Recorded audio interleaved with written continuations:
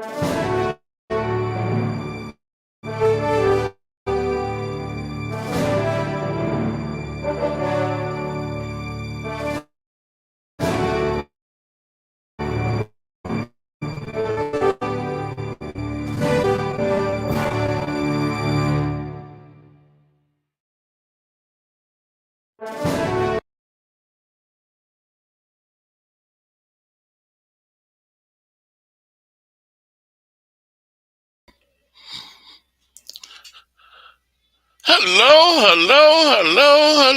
Oh, I'm froze.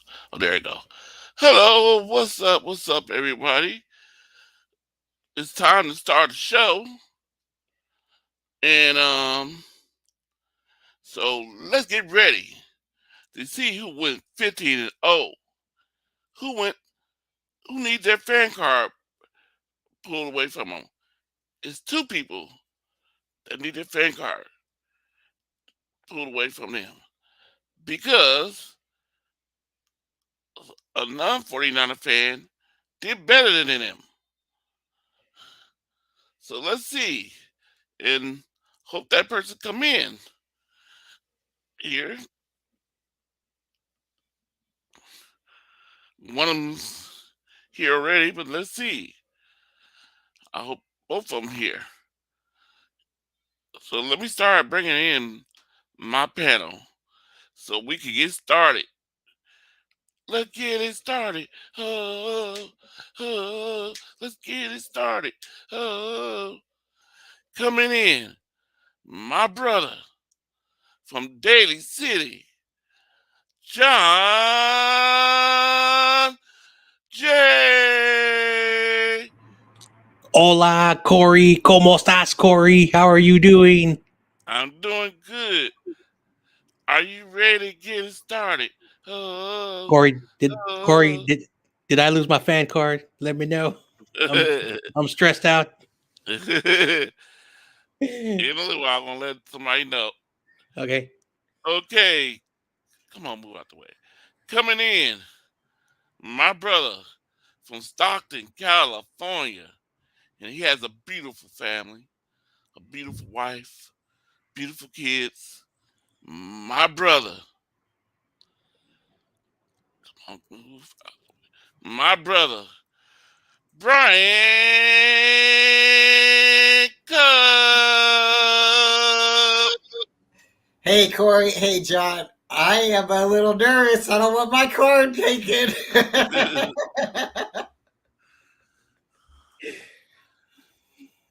Can I earn it back if I lose it? Coming in from all the way from Corona, California. He's a big fan of the 49ers. I won't mess with him about being a Dallas Cowboy fan or a Warriors fan today. I let it go today. He finally changes his avatar, his picture.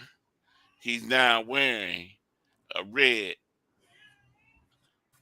jersey. My brother, David Corona. What's up, man? What's up, Corey? What's up, Brian? Happy Father's Day. Thank you. Happy Father's Day. Oh, and happy Father's Day, David Corona. I'm sorry. I forgot. Yeah. Happy Father's You Day, too. John J. Yep. Same Happy to you. Father's Day, Brian Cup.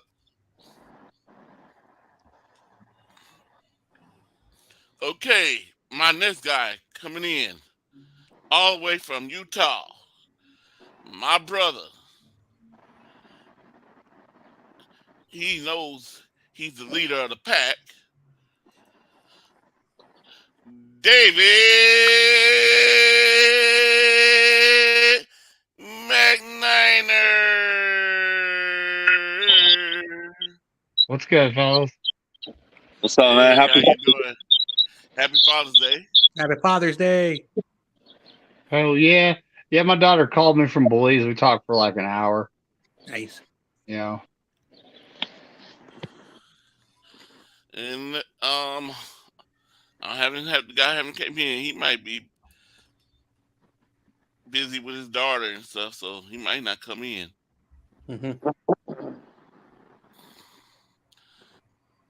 And that's made me wonder, should I did this on Monday instead on Father's Day?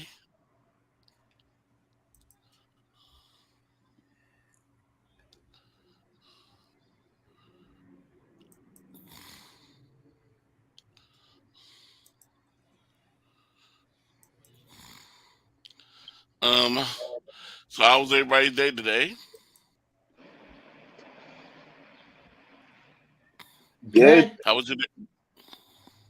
How was your day today, John Jay?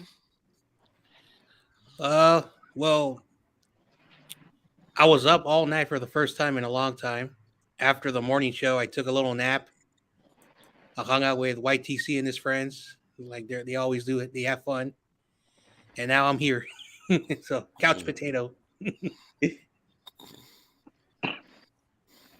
How was your day today, Bryant? Really good. I had a lot of fun. Went down and see my dad earlier today. Was down there for a little while, and then come back and just had fun with Tony and the girls. Listened to some good music, and just a lot of fun.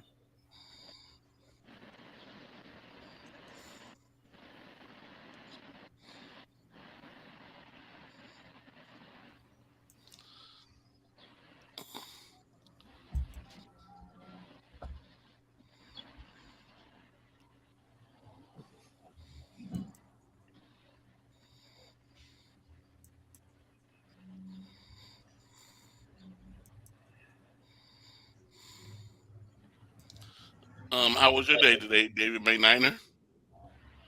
It was great.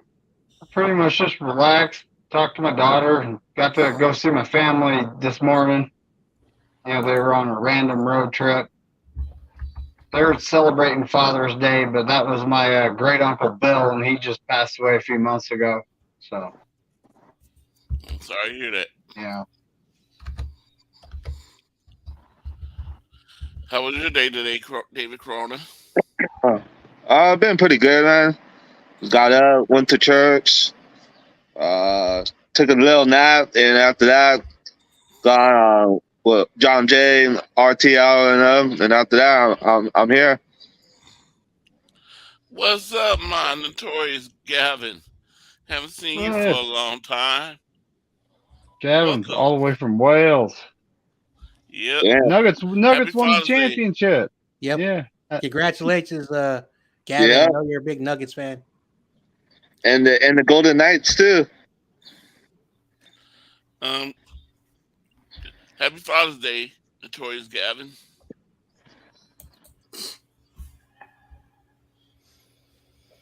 Hey, Gav. Oh, happy Father's Day, Bebop Jones. Bebop Jones. Thanks, Bebop. I appreciate it.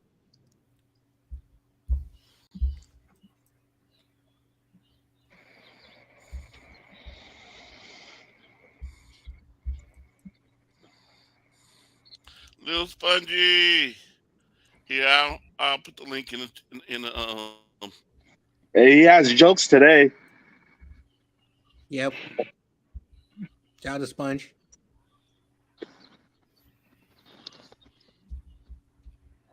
Come on, move out my Happy way. Come Father's Day. on. Yeah, apparently he's roasted up Michael, but that's nothing new. That guy. Never mind. Hey, it's your brother. I still think Michael needs to change his channel to Michael Gets Roasted podcast. Oh,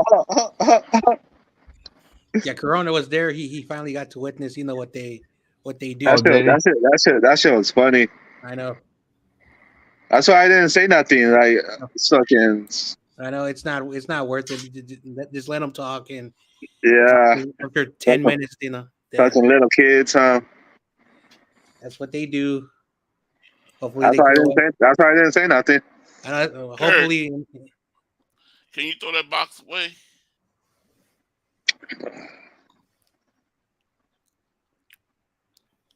is that the one who sings? Yeah. Town bust a rap. Yeah, tell him to sing some cool tunes. Because no border. It's like we got to get Corey's brother to sing.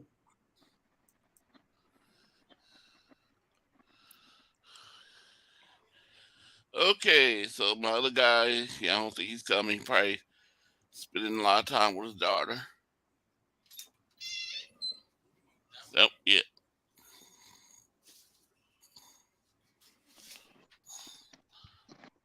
So might not see him tonight. Probably should have did this on Monday night, so he'd be here. Who, Ryan? Yeah. Well, Oh. if he's the one getting his fan card taken, then he definitely should be here. Oh, Right? Oh, no. Uh, I Oh, personally, Come on. if he does, I just give him a text message. You know what I mean? oh, he sent me a text message. I gotta think of a name. Coming in, my brother from all the way from New York, New York City. I'm gonna say California. New York, Coming all the California. way from New York City. My brother.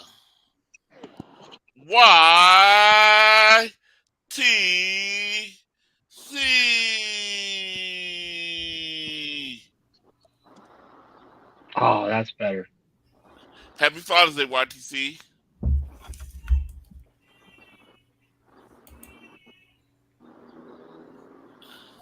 He must Oh, be damn, I was muted. What's up, fellas? What's up, man? What's up? Anyways, happy Father's Day to you, Corey, to you and your son, Austin, kid. He's not my son. I told you it was You YTC. know?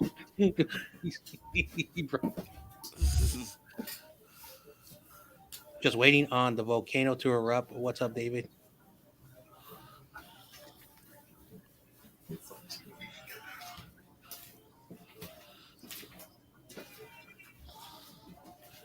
Well, let me go to my banner. Oh, Damian Lee. What up? Mm-hmm. What's up, Damian Lee? He lives in enemy territory. Oh, somebody's coming in. Let me see who it is. Yeah, it's yeah. him. Like Yes, within 10 minutes. Here it Within come. 10 minutes. Uh-oh. my Who is brother. Hold on. Here come my brother, all the way from Seattle, in enemy territory. He made the word, the D, taking the D, famous. Oh, No border sports. Ooga. all right. Ooga. What's good, Ryan? Now I know I got the worst score because he was so happy for me to come in. Like, yes, the piece of shit showed up. I'm so happy. Come get that card, Corey. Oh, I'm laughing a little spongy. Michael had to wish me a happy Father's Day today. Oh my god! Why? No. Oh, man. Oh, no. Come No. on, Spongy. Not after what happened earlier. I'm sorry. Hey, did you hear Kyle Shanahan's going to be a grandpa? Wow. Oh no. No. Yeah, Sean McVay's having a son or a child. Oh, that's good.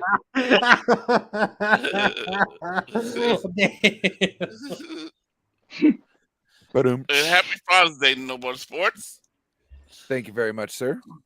Happy Father's Day to the Philadelphia everybody Eagles. on the panel and in the chat, and anybody who's watching at a later date. Yep. What's up, Ryan? How you doing? What up, David Corona? Just chilling. So let's get started. Let's not.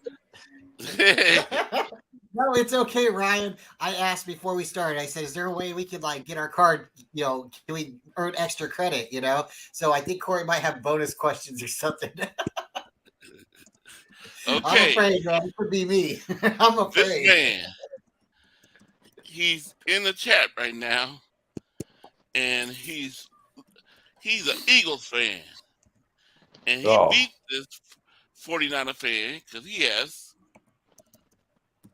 G2 49 fans because he went 6 out of 9, Ooh. and he's 22 out of 31. Nope, nobody gives a shit. This man, John. talking about. I'm quiet over here. Come And on, the then- feeling's mutual about your father, Russell Wilson. Then Mrs. Cup, Miss Tony Lee Cup, she went 6-9, Okay. and she's 24 out of 27. All right.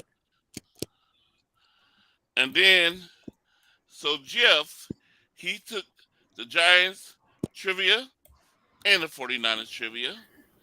And so when he went to Giants, he did 14 out of 6. I carried him. And then 49ers, he did 6 out of 9. And which that got his score to 47-44.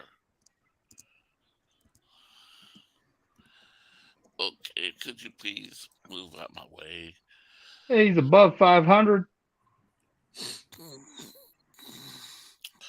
Could you please stay out the... Come on, please. Stop popping up.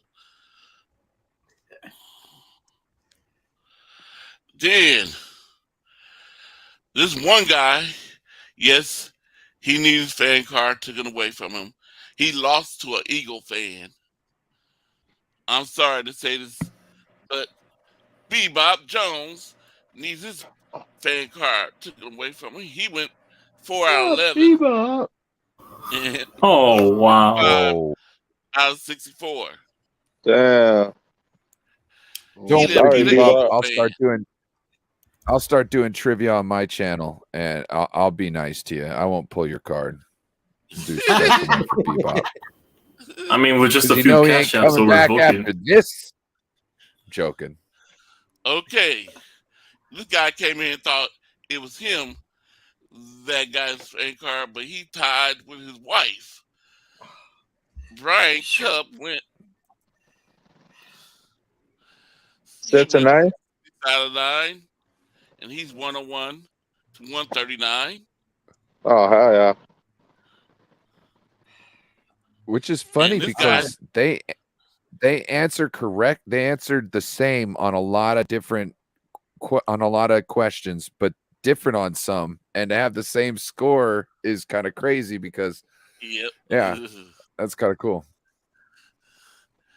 Then coming in, my man, John Jay. And John Jay, he went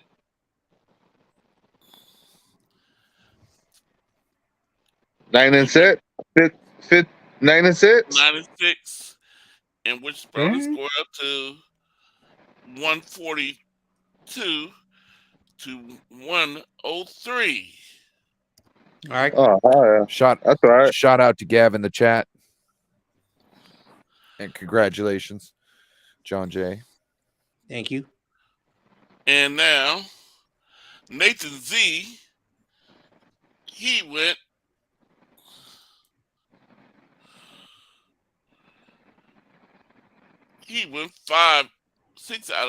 8 out of 7, and he's 117 to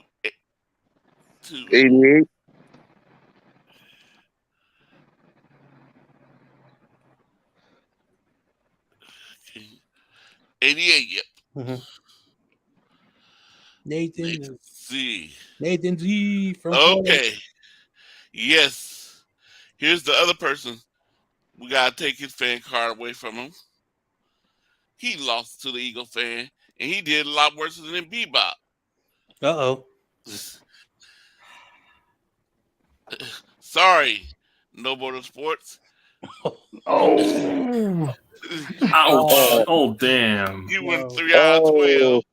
Damn. 106, 130. David Cronin. I demand a recount. Oh man. Stop the count. Right? Was there any hanging chads or anything? I mean, like, seriously.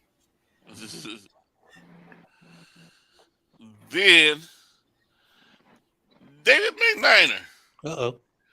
He used to do real good, but this one he kind of slipped a little bit, but he's still in the lead.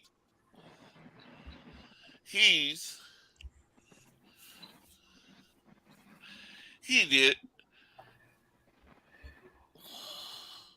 I went 9-6. Oh, that's David Corona. Oh, that's David Corona. I'm sorry, wrong person. You see, well, what did Corona get? I went 9-7. 9-6. 9 9 and and 6. 6. And that got him 111. 111 to 131. Shout out. That's all right. Now, the man from all the way from New York City. All right, I'm YTC. interested. Google machine. The He jealous went- machine. Oh, how yeah. He went 16 16 out and of 4. 4. And his total is 129 to 64. He's catching up to John Jay. Mhm. He's trying to get John Jay That's right, TC. That's right. and David McNiner. He's trying to get both. of Lies them. beyond my years, but yeah. And now, I know my team. the man I got folks get right, David McNiner. And David McNiner, he used to do real good. Usually he missed about 3 or 4, but this time The Google machine. If I was using the Google machine, why am I not undefeated? he's went 8 and 7. Ouch. 8 and 7, and his total score is 156 to 84. Mhm. Oh, And damn. Got a long way to go. I know. I would have to go The- perfect. Yeah. I got to I was root gonna for say, him to be below YTC, 4. you only have 40 questions left. Yeah, I'm not going to Right? catch up to you. I would have to ace every single one of them. I'm not catching up. Well, Yeah. I mean, you're not even 30 behind, though. You're like 27 behind. So, I would literally have to ace everything and hope for you to I go know. below, which is, There's I always doubt it. Google. I know. I there's gotta still, go. you still have a chance, though. But, if I do good for, is there 1 or 2 weeks hours left, Corey? is one more week. So next week is Okay, y'all and last. so I only have 15 questions to answer, and you have 40. I If know. I do good in those 15, it just makes it really hard on you. But Yep. Yeah. we'll see what happens. Yeah. McDiner is 156. I'm 142. I would have to go perfect, and he would have to get every Well, I'm not that far behind question John. wrong. Okay. And that's impossible for McDiner. McNiner has to go 0 and 15, huh? And I have to go 15 and 0. Take the lead. I'm just going to I doubt it. remain consistent. That's all. I know. Hey, We're all hey, having hey, fun. So the person that went 15 and 0, he's the greatest man alive. I'm just playing. Corey. Oh. Oh, wow. Who went 15 and 0? Corey seen Corey, the book. Well, Did I you- told you he Did has you the book. cheat, Corey? He has the book. He has the book. Of Corey- I course. did not cheat. I know what I had happened. the book, but I don't write down the answer. Corey, I know what I don't happened. write down the answers. I don't You- look at the answer. You I missed- understand you had to Corey take a was- little. I understand you had to take a Corey slight was peek at those sheets. 32. Corey Damn. Corey went mixed mine 15 up and with 0. his. Corey mixed 15 mine and up with 0, his. damn. Oh, wow. I heard that no border. God damn. What do you say? Well, I didn't understand hear you took a little peek at the sheet. I said, And- Corey, you No. mixed my score up with yours. Yeah. No. I went 15 and 0. You went 3 and 12. Oh. So, you know that Eagle fan beat you. No, the Eagle fan Corey- beat Corey- you, Corey and you went messed 15 up my score. Little spongy.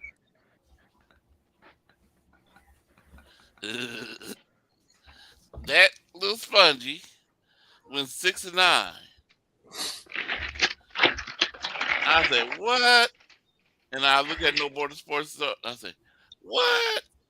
He needs fan card. Well, Bebop said, yeah. Q, I have the Tiger song. And so, YTC, I had to raise yours to put the 49ers questions in the right way. So I'll just be reading wait, what? 49ers. I couldn't keep the Giants stuff up. I had to erase to put the 49ers. It won't let me put both in the banner. Okay.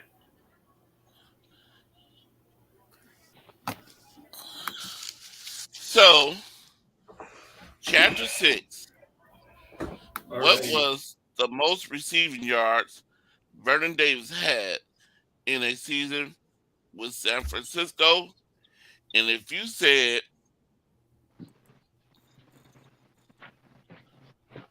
A, 965, you got it right.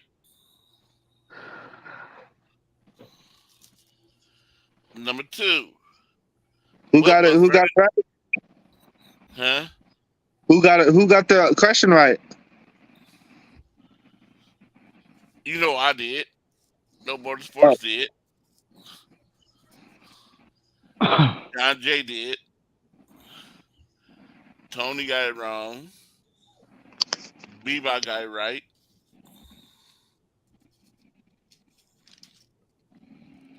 Little Spongy got it right. Jeff got it right. Nathan Z got it right.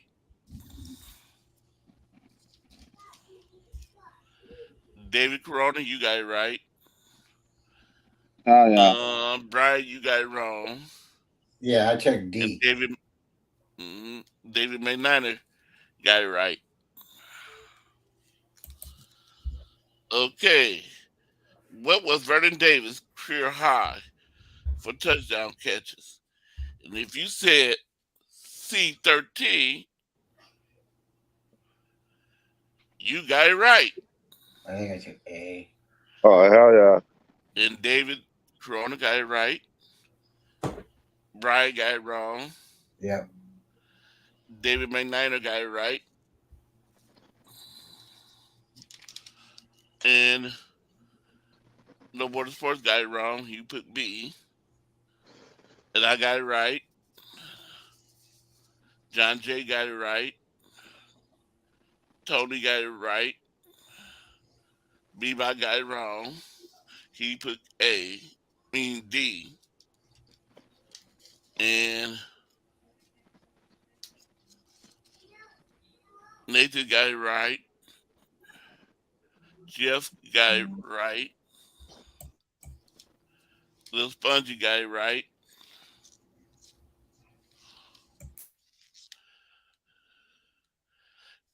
And YTC got his first one right and his second one right.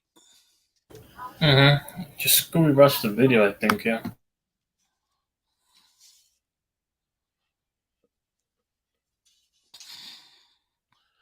Okay.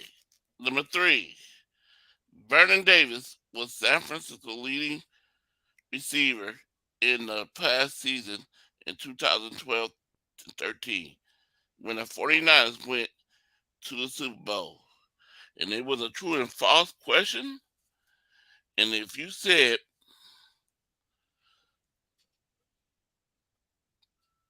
false, you got it right. So,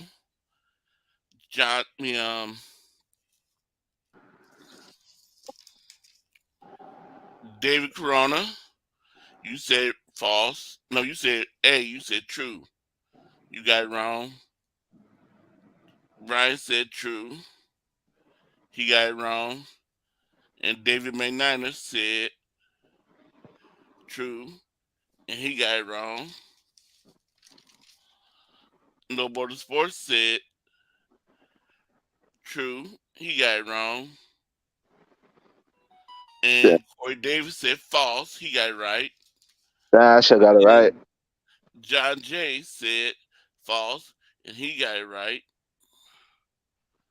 And Tony said true. She got it wrong. And Bebop said true. He got it wrong. And Nathan says true. He got it wrong. Jeff says true. He got it wrong. And Little Spongy said true. He got it wrong. Damn, I had it, but I switched my answers. And YTC got his third one right. Number 3 right. Okay, number 4. Which of these 49ers single game record does Terrell Owens hold? And if you said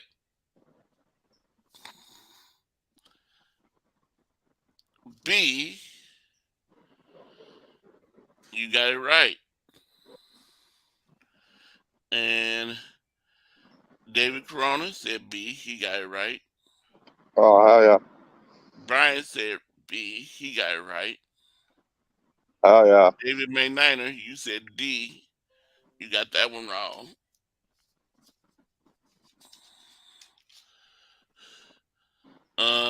No Border Sports said A, he got it wrong. And of course, the beautiful Corey said B, he got it right. And John J said B, he got it right. Tony said B, she got it right. And Bebop said B, he got it right. And Nathan said B, he got it right. Jeff said D, he got it wrong. And Little Spongy said D, and he got it wrong.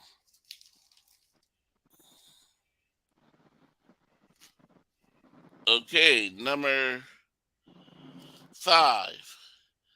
Against which NFC West rival did Terrell Owens pull out a Sharpie and sign the football after scoring a touchdown? Monday Night Football. And if you said D, the Seattle Seahawks. Seahawks, you got it right. Let's see.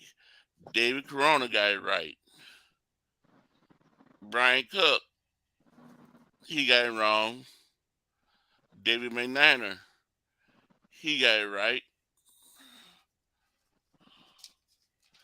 No Border Sports, he got it right. And of course, I got it right. And John J got it right. Tony Lee got it wrong. She said C. Bebop Jones, he said A. He got it wrong.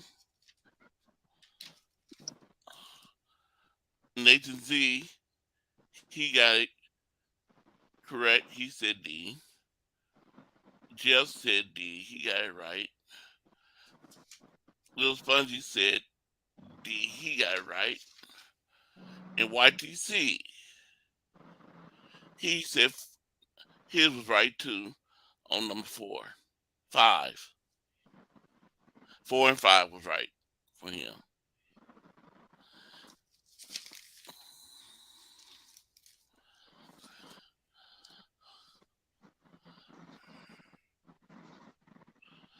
Okay, number 6.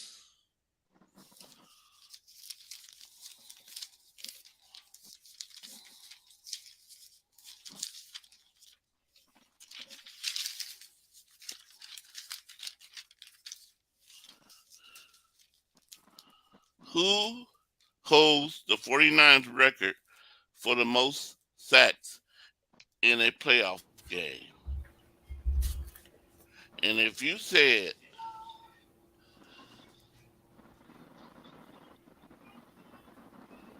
B, Pierce Hope, got it right.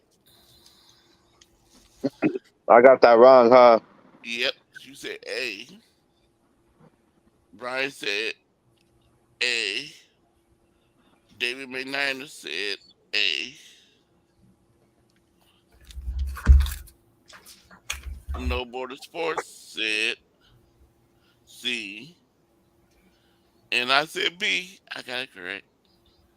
John Jay said A. He got it wrong. Tony Lee said C. She got it wrong. Bebop Jones said A. And he got it wrong. And Nathan Z said A. He got it wrong. Jeff said C. He got it wrong. And Lil Spongy said A. He got it wrong. And YTC for yours, you got it right.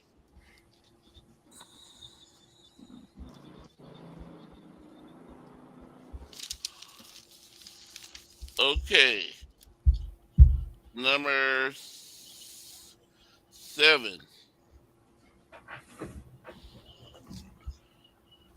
Which offensive lineman ranks second to Jerry Rice for the most playoff games played with the 49ers? And the choices was A. Harris Barton, B. Joe Staley, C. Jesse Zapola, and D. Randy Cross. And if you picked C. Jesse Zapola, you got it right. I got that wrong. Yep.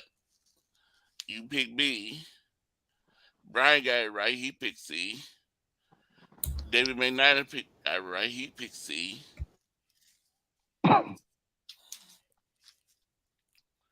No Border Sports. You picked D. You got it wrong. And of course, I got it right because I picked C. John Jay picked wrong. He picked D. Tony picked B. And she got it wrong. And Bebop Jones, he picked A. He got it wrong.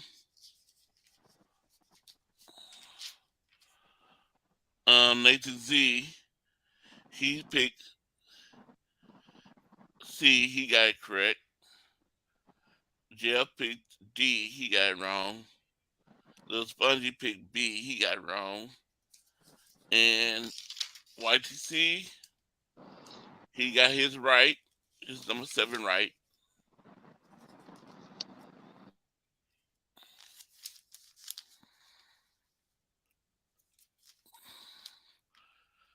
Now, number 8.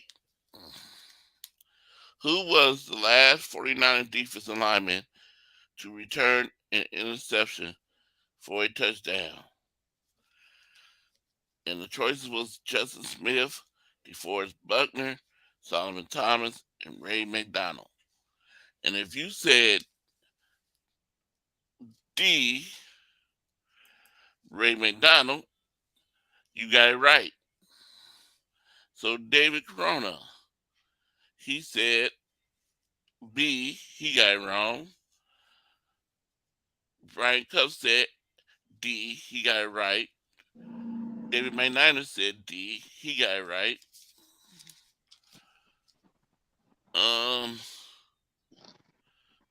No Border Sports said B, he got it wrong. I said D, I got it right. John Jay said B, he got it wrong. Tony said D, she got it right. Bebop Jones said A, he got it wrong.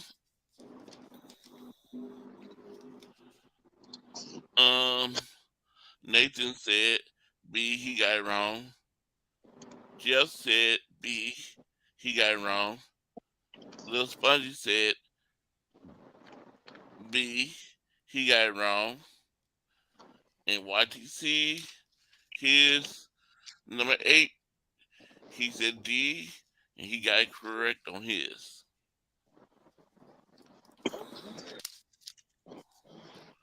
Number 9, Mikey Potty is the last 49ers offensive lineman to be named a first team All Pro. And this was a true and false question. And if you said true, you got it right. And David Corona said true. He got it right. Oh yeah.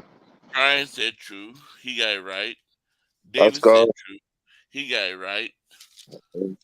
No Border Sports said false. And he got it wrong. I said true. I got it right. John Jay said false. He got it wrong. Tony said true. She got it right.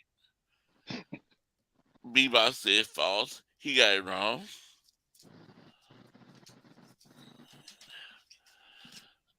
Nathan Z said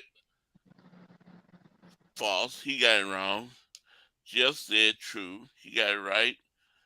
And Little Spongy said false. He got it wrong. And he first changed his.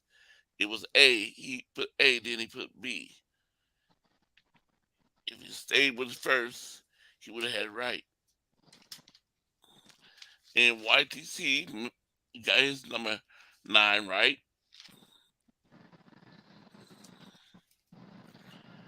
Okay. Number 10. Which of these Joe Staley status is not true? And the multiple choice was 5-time Pro Bowler. B, 3 career receptions. C, 18 career tackles. Or D, 7 career fumble recoveries. And if you said A, Oh yeah. I got that right. 5-time Pro Bowler, you got it right. And you said A, David Corona, so you got that right. Brian said C, he got that wrong. David McNinnis said C, he got that wrong. And No Border Sports said C, he got that wrong. Of course, I said A, so I got it right. And John Jay took A, he got it right.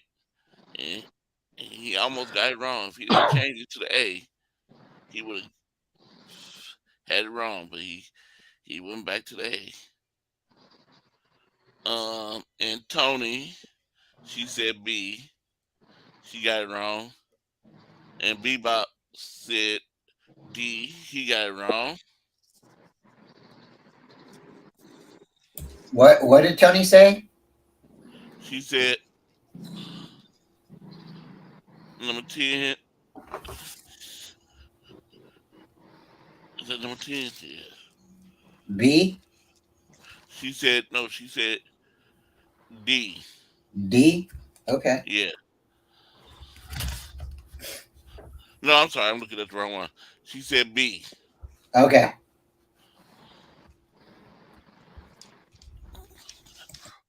And Nathan Z said A. He got it correct. And Jeff said C. He got it wrong. And Little Spongy said A. And he got it right. And YTC on number 10, he said he got it wrong. He picked D, and I forgot what the answer was on that one.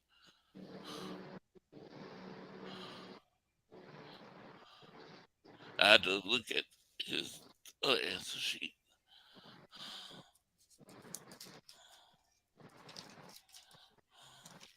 But most of me and YTC did his on that night.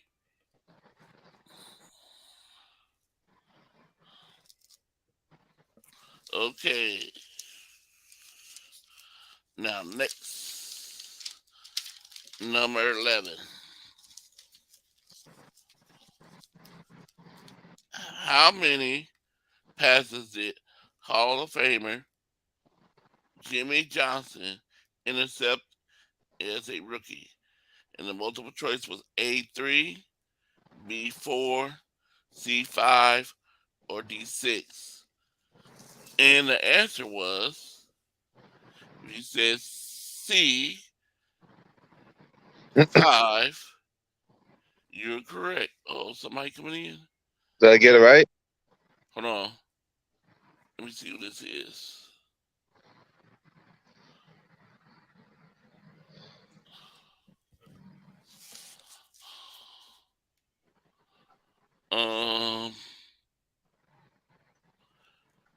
You need to show me your face.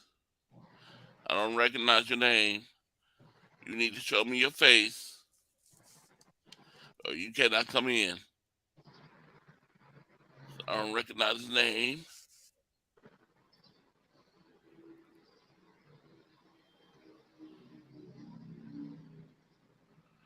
Bears 215. Oh, Spongy.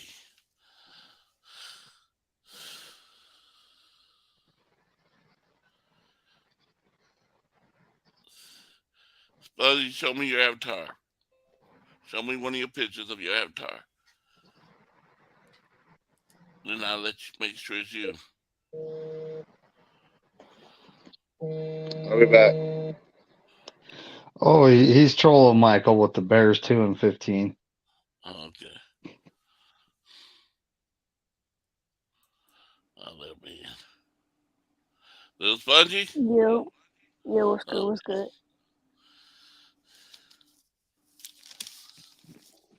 Okay, where was I?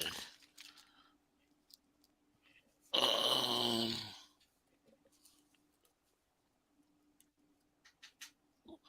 come on, go off my screen. Stop popping up this stuff.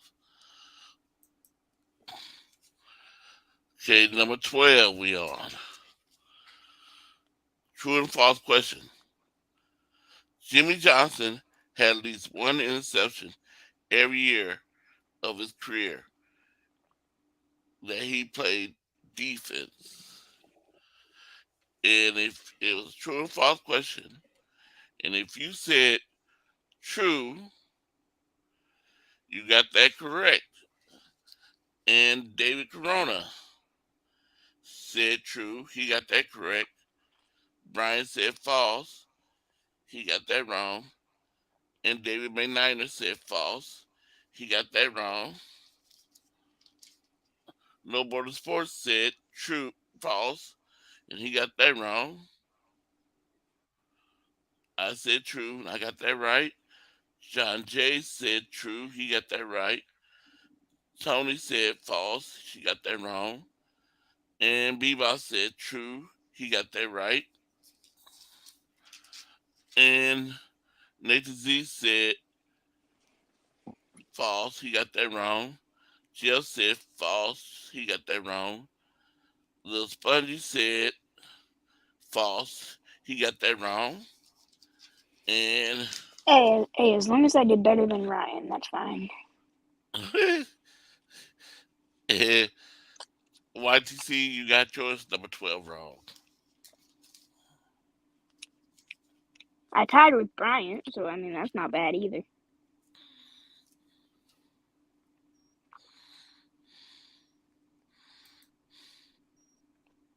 Did I get that right? Did I get the other one right, Corey? Yes. I did? All right, I'm back. What did I miss? All right. Oh. No, I've been hearing the whole time. Your thing. Okay, where was I? I was on break, but yeah. Number 13. Which defensive back holds the 49ers record for career kickoff touchdowns and is the only one who has multiple kickoff returns for touchdown in a season? And the choices was A. Allen Robinson, B. Dana McLemore, C. Joe Ernest, or D. Abe Wilson. And if you took the D, you got it right. I got that wrong. So David Corona. Yep, you got that wrong. You took C. Bryant, he got it right. He took the D. Let's David go. McNiner took the D. He got that correct. Hell yeah. And No Border Sports, he took the C. He got that wrong. I took the D. I got it correct. Oh, of course you did, Corey. John Corey J. cheated. John J. I did not cheat. I know. John J. I'm just kidding. He got that wrong. He took B. Little sensitive, Corey. Tony. Tony. Oh, She took earlier the was so funny. Hey, Lil Spongy. Hey, I think you won. All right, go ahead. yeah, I beat Michael. Tony. Mhm. She took the D, and she got it correct.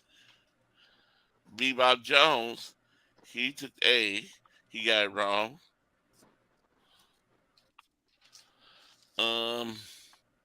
Nathan Z. He took the D. He got it right. Jeff took B. He got it wrong. And Little Spongy. He took the D. He got it right.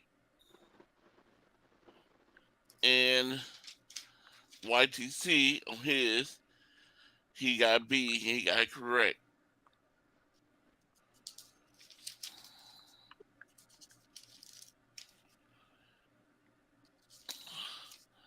Okay, number 14. Who has the most interceptions for the 49ers in 21st century? And the choice was Deshaun Golson, B. Eric Reed, C. Walt Harris, D. Tony Paris. And if you took the letter D, Tony Oh, Paris, Oh my, Corey. are you serious? you're correct. Let's go. And Let's Hell yeah. Wow. All right, go. Brian, you shouldn't be happy about taking that letter. No, Hell dude. yeah. When you need to take the D, you man up and you take the D. Yeah. I And got it. David got it right. It's always the last resort. All you gotta do is Okay. spell RUN. David got it right. All you got to spell is run. You know the promo code. The promo code is run. Run I now. heard about that. Hold on. David run now. Corona got it right. Hell Brian yeah. Cup got it right. David McNiner, he missed this one. He took B. Yep. I did as well, David. So it's fine. And No Border Sport took A. He got it wrong. Yeah, Corey it's not Davis a shocker took he the got that D. wrong. He got a lot of them wrong. He got it right. John J got it wrong. He took B. Tony took C. She got it wrong. Bebop took B. He got it wrong.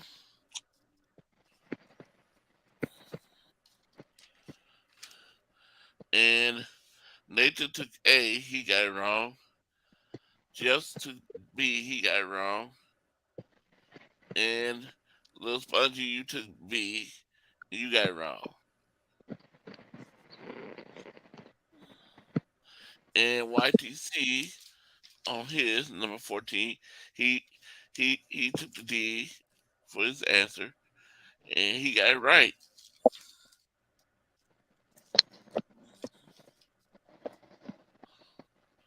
So the last question: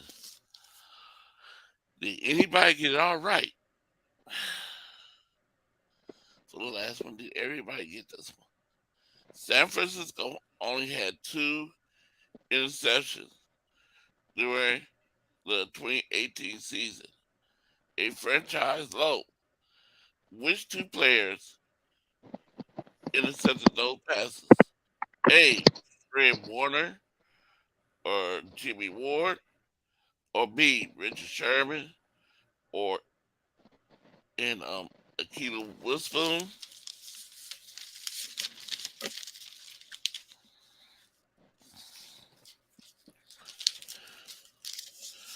or C. Antoine Exum Jr. or Jurowski Tart, or D. Juan Williams and Richard Sherman. And Carcast coming in. Hello, Carcast. So, What's up, Carcast? What's up, John? if you said What's up, man? What's up? if you said C, and Antoine Exam Jr. and Jaworski Tart, you got it right.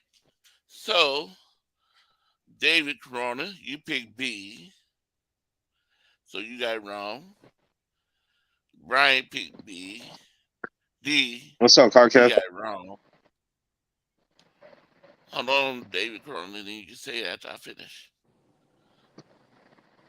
Ryan Cup took D. He got it wrong. David McNiner took B. He got it wrong. No Border Sports took A. He got it wrong. Corey Davis took C. He got it right. John Jay got it right. He took C. Tony took B. She got it wrong.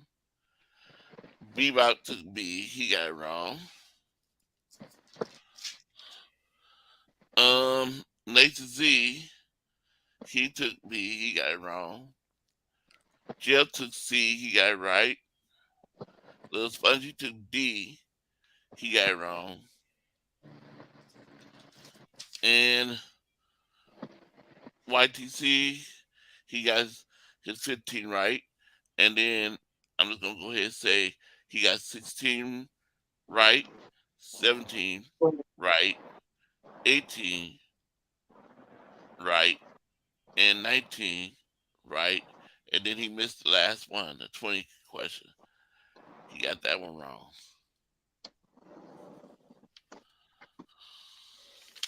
So YTC's next one is chapter 12, and it's from 1 to 20. And it will be this Wednesday. He's got 2 more to go, and he'll be finished. 2 more chapters. And y'all just got 1 more chapter to go. And it's only 1 to 15. Carcast only answered 1 question, and he left. And let me see, did I mark him? Oh yeah, I probably fell asleep. 8. Number 8. Let me see what number 8. He got it wrong. All right. Sponge page. I don't know if you got to check. So, even though you missed that one, you need your fan card taken away from you, sir. You did worse than Spongy.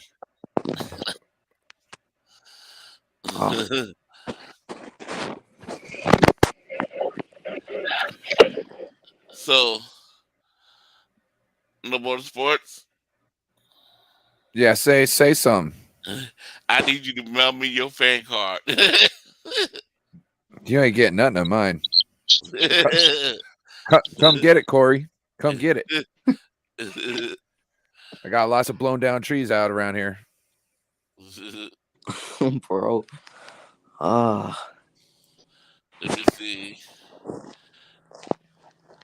You know what happens? You know what happens, Carcast, when a tree blows down?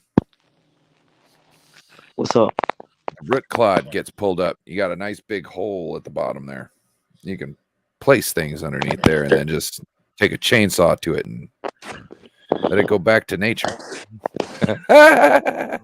Joking.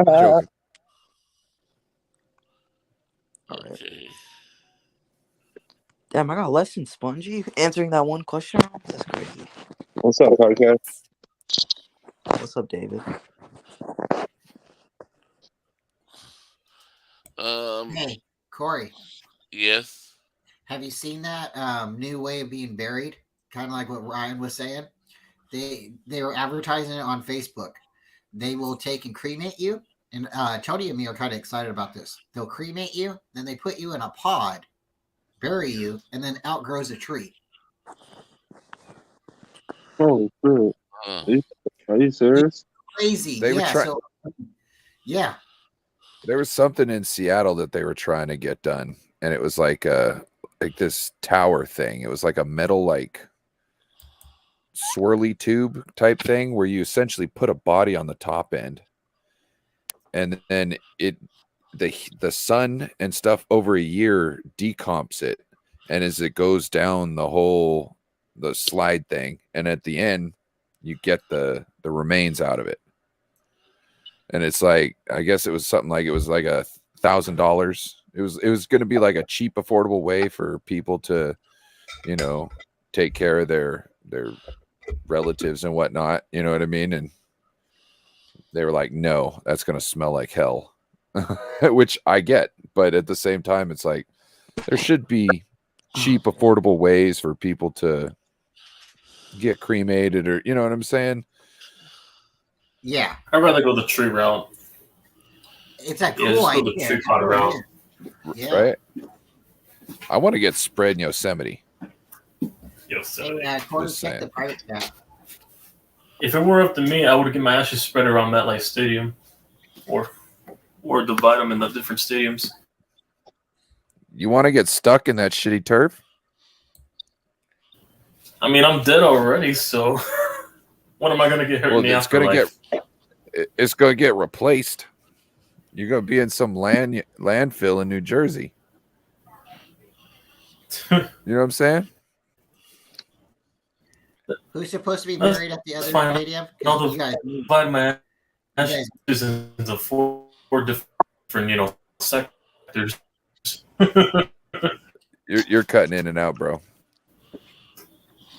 No, we isn't fixed it supposed to be like the turf. Are you confident that they fixed it to a better turf? I mean, they show footage, so I got to go by that for what I see. Hey, 96, happy Father's Day. You still here? And also, we do got to replace it because the World Cup's coming over in a year later, I think. No, 2 years, yeah, 2020. Hey, Up, Beto? earlier was fun. I'm gonna be honest. That was fun. What's up, Bethel? Happy Father's Day. John Jay and David McNiner can. Oh yeah. Happy Because Father's Day, Emperor- Beto. Happy Father's Day, Beto. Don't know you, but happy Father's Day. I'm assuming you're a father. 96 News. Yep. What Bebop. up, man? What up, Beto? Bebop. Bebop's funny. He wants his ashes flushed down his toilet. I mean, that's a good. Yeah, I mean, honestly, Toilet. not the worst thing. You think about Elvis, right? Elvis was the king. He died on the toilet, right? He died on the toilet, yeah. On the throne, right? So, I mean, I can see it. Bebop's going out royalty.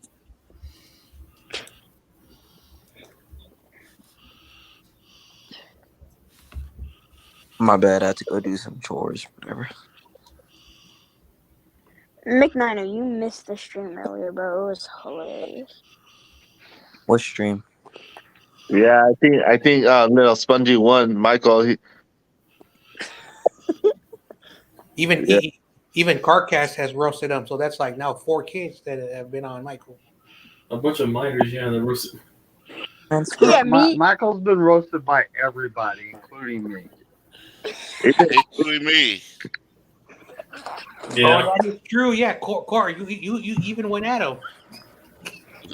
Ryan, I think next Friday night variety show, I told him to hop on just to see how many points he would lose. Dude, David Corona somehow beat Mike out for points. David Corona had negative No, 10,086. I didn't. what the hell? I didn't even, Yeah. Yeah. I didn't even realize how bad Michael was until today. You left the game. You left the show before the game was over, before they could rub it in your face, and you could pay your bet to Tommy Huxley, so you lost a lot of points. And speaking No, of this, Corona, don't you owe $1,000 to Tommy? hell no. We didn't bet. And according to Tommy, apparently since they swept you, you owe a whole rack basically. Yeah, I didn't say that. Do we need to go back? We can Oh, go yeah. back. Yeah, Timestamp that. The receipts. Too. Let's see. Yeah, it's all on the Friday show. I didn't say nothing. Corey, you mind if I share a link to the Friday show? We'll just go and look that up real quick. Uh-oh. You're lucky I don't know the You know- timestamp, David Corona. No. You know it's bad when the guy says Nikola Jokic is the center for the Chicago Bulls, and also said Luka Doncic is the starting center of the Dallas Mavericks. Hey, shout out to David McNiner for his super suit, because Bashar was watching the show and David clicked off of his avatar icon and his suit went from being a suit to his regular, in size clothes. And it was like, whoa, did you see that? And It does it to you too. Yeah, Bashar seen it and he asked me, he's like, hey, did you see that? So then he clipped it and sent it to me. I sent it to David. I'm like, you got a super suit, man. That's awesome. It's awesome. I thought that was weird when I first saw it, and then I kept seeing it and I was like, okay. But it's just like, how is it remembering what you last looked like? Why is it trying to remember what you last looked like? It doesn't make sense why it would keep that information around. You know what I mean? To me, it doesn't make sense. The only thing I could think of is if you see the StreamYard ads and stuff on YouTube, it says you can have a perfect, StreamYard without any, recording, so maybe it's got something to do with the recording settings where it's like it's trying to memorize what you're looking like and continuing to buffer your picture. That's the only thing I could think of. But I thought it was super funny when I seen it. And then I think like you said, I kind of like recall, like if I had my sunglasses on or I've turned, the camera back on and I was in like white hat. That white hat, he kept on doing, like, that's when I noticed it. You kept on putting on the white hat and taking it off, and then every time you'd like come back from going to deal with family stuff, you didn't have the white hat on, but it started, boom, Brian has a white hat on. Now he's got no white hat, or white hat and glasses. I was like, what the hell? I thought I was losing my mind for a second, and then I seen it multiple times, and I was like, okay, cool. Speaking of which, David McNiner, did you see my text I sent you? Yeah. I was actually thinking about that. Cool. For a little while. And Brian, did you see the text I sent you about needing a picture? Oh yeah, sideways or something like that. Yeah. I'm gonna need the same picture from you, David McNiner type thing, but I'll send you the example picture. Okay. Here. Yeah. Did you guys see the picture of my breaking news picture yet? I think I put it on the. Tony put the polish in the back and it has my. So we'll work on it. Brian, Levi Jones has a question.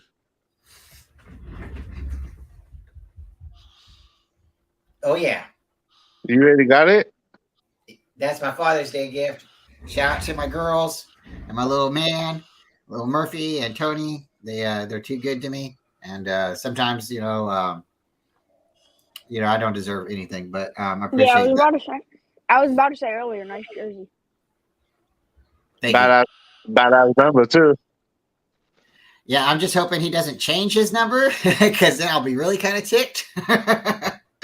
Because right now he has the number and Brandon Allen has the number. I'm pretty sure he's going to make the team, but if that doesn't happen, I'd be kind of mad too. But no, I really like it. So thank you very much. Oh yeah.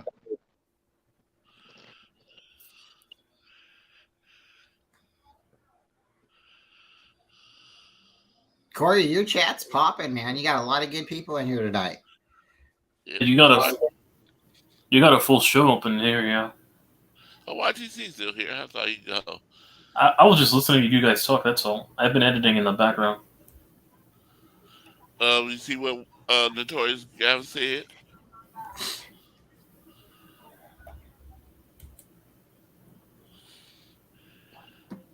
YTC? Yeah. You see what Gavin said? I should also be an honorary faithful. Honorary. Spongy, you're just gonna end up being a faithful. It's just how it is. Don't worry. Yeah, we talked No. about it yesterday or Your poor dad's gonna be crushed, but don't worry. I'll do We're better. your I did family better. now. I did better than you at trivia. So Right. technically, That's what I'm we saying. kind of are faithful at this point. We'll send you a jersey. Only jersey Chris- I'll accept is Christian Moody. McCaffrey. No, only jersey I'll accept is Moody. Sorry. I was gonna say that. Did we just become best friends? Oh, you're just going for brownie points here, Sponge. He's Either just either moving Moody or from Brandon from Joe to Bryant. Remember, he just threw Joe under the bus a couple weeks ago. Now he's trying to get all buddy with you. I'll just take Then a he'll throw 34 you Brandon under the Jacobs bus. jersey. either Moody or Brandon Allen. Those are the only two I would accept. Oh my god. Brandon Allen. Hey, if he makes the team, oh my gosh, we're all in trouble. Or Spongy. Wonder Why don't you're you get a an Eagles Javon fan. Hargrave jersey? Well, yeah, that too. I would accept that. I mean, I'm already going to accept, a Brandon Jacobs jersey from the Niners. Call. Oh no, Bro, you bro, can keep Michael- that. He didn't come to our team with good intent. He came to our team and he was mad. Michael said Harbaugh Luka. put him on the bench after that. Beautiful. Yo, CG.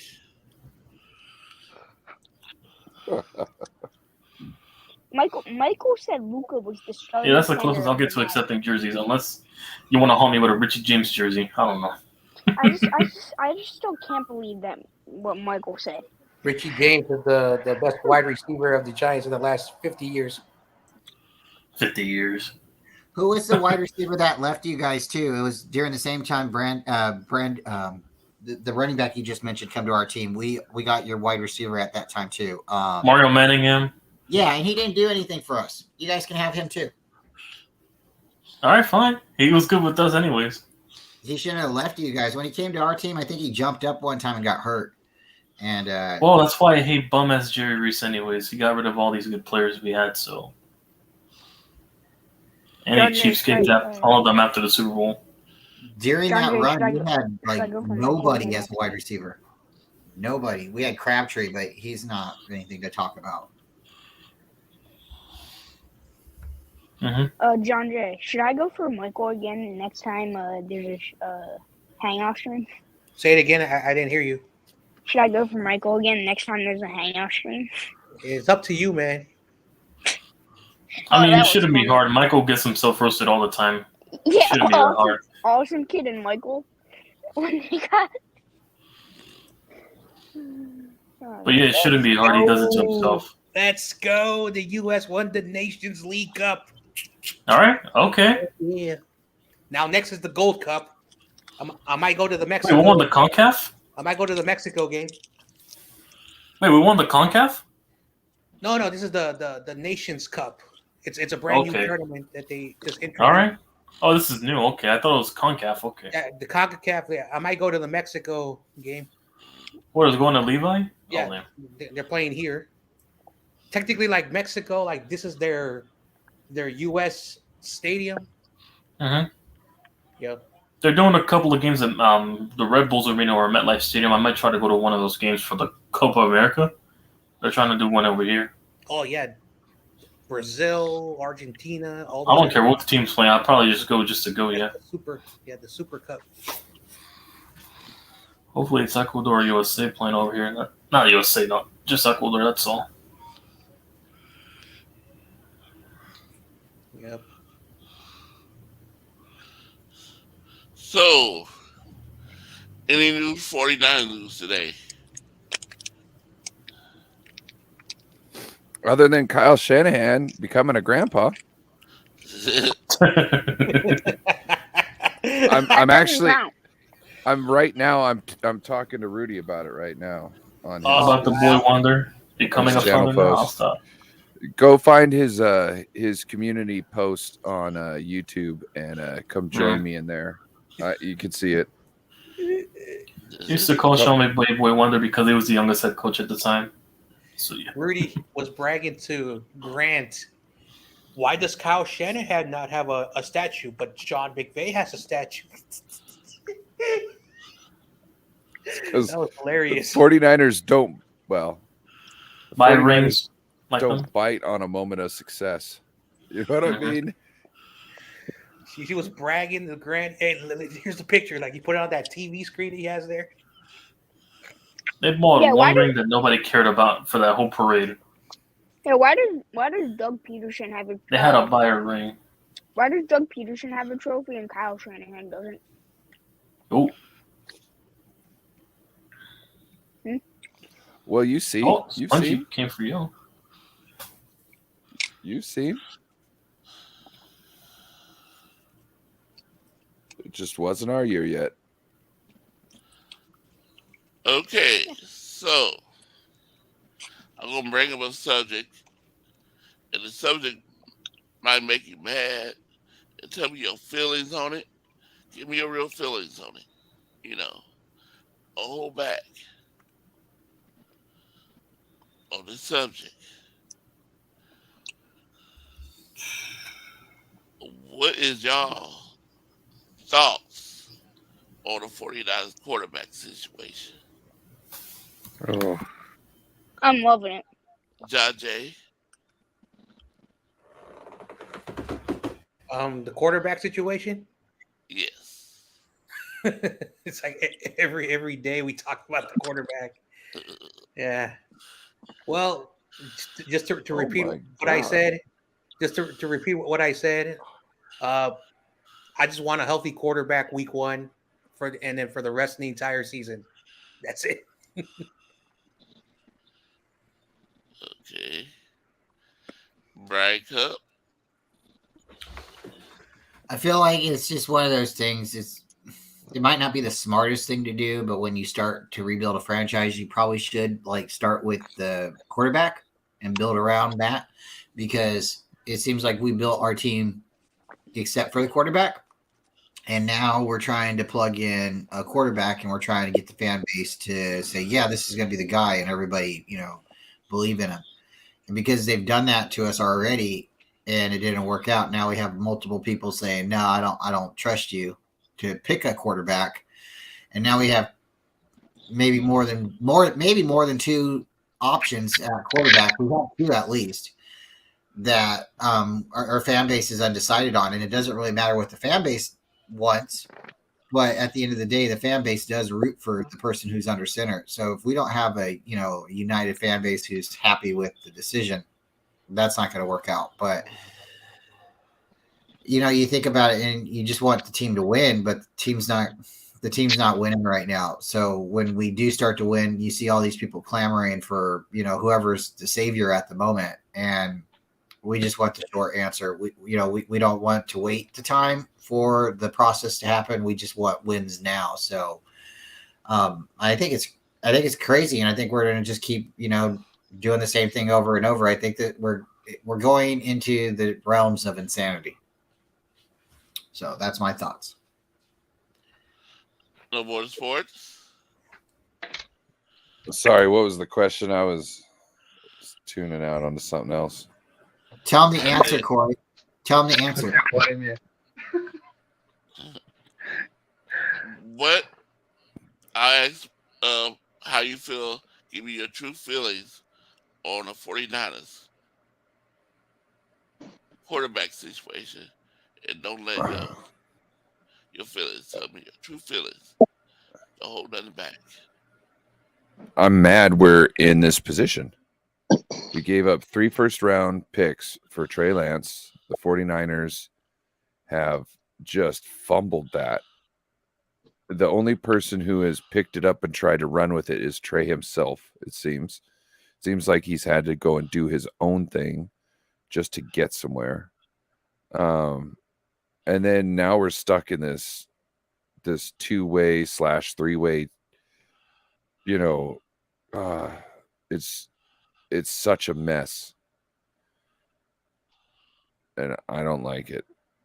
I think Trey could be such a great quarterback if he was developed correctly, and they put time into him like they put into every other player, like Coach Kasurk is putting in with Drake Jackson. You know what I mean? Having him be in the thing every day, meeting him at the facility every day, going over his goals with him, that type of stuff. Like, where is that, Kyle? Where is that, Brian Greasy? And I'm very thankful we got a guy in Brock Purdy. It's nice to have a Sam Darnold around, not gonna lie. If he can shake those ghosts, if he can stop making those horrible throws out of the middle of nowhere, you know what I mean? I think he could actually be something. Will he? I don't know. But to have a chance like that waiting in the wings as maybe your third or backup quarterback, that's handy. It's better than nothing. It's better than a Johnson. But it just annoys me that we're in year what, 7? 7? Was it 7, I think? Yes. We're in year 7, and we don't really know what we have at quarterback. You could say, hey, Brock Purdy's starting week 1. Okay. Brock Purdy's starting week 1. He's played in 8 games, right? Well, he's played in the, 7 games, 8 games, whatever. Like, we haven't seen him for multiple years. We don't know what his total curve is. So what his average out of a good case size is going to look like. So, yeah, there's lots of players that have year 1 success and then don't have success ever again because there's something people couldn't figure out year 1, and then by year 2 and 3 they've got it figured out and they're now irrelevant. You can't build off of your successes and attack your weaknesses. You know what I mean? And I'm not saying that he's not the type of person to do that, but he's also been injured and he hasn't had the chance to do that. So I don't know what's going on. He might not even come back throwing as well as he did in the first place. We don't know. That's where we're at, and that I am not happy with that.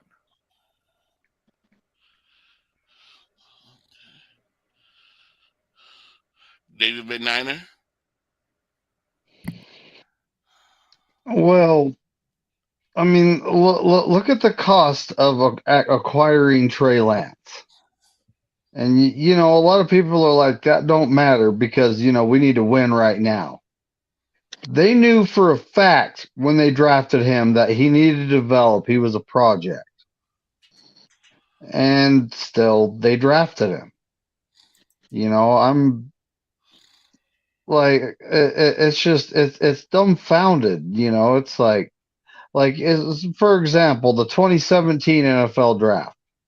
We had an opportunity to take a guy named Patrick Mahomes, a guy named Deshaun Watson. The next season in 2018, Josh Allen got picked 2 picks before us. So, what would it cost to trade up above Buffalo and got him? I don't know. But we had the 9th overall pick and we picked, Mick Chokeslammed. So, in 2017, we picked Solomon Thomas with the 3rd overall pick. I mean, we literally could have traded back and got Patrick Mahomes and Deshaun Watson. They were taking number 10th overall and number 12th overall. Well, Deshaun Watson, yeah, we should have stayed away from him knowing, what's happened at this point. But we've had opportunities to get that franchise QB, and that's what Trey Lance is supposed to be. It's why they traded up to get him. But it's like, you build this really good football team, and then you trade up to get a quarterback that's going to take some time to develop. That's your bad. That's your bad. And you guys should be putting in the time to develop Trey Lance because you did that. Remember how And long it took for Josh Allen to get good? Right it, now, it was year 3. It was year 3, which would be this year for Trey Lance. And if if your time is ticking, you're talking about going through the season with an offense where he might not have to be so physical all the time, and with a guy who can win matchups against quarterbacks against like Patrick, or has a chance to win matchups against quarterbacks like Patrick Mahomes. If he had those, years to learn, 2 years to learn, he could be sitting at where Patrick Mahomes or Josh Allen was in year 3. Patrick Mahomes was in year 2.5. You know what I'm saying? Like, it's very negligible, and no one's going to bring them. No one's going to hold them accountable. That's what's so sad.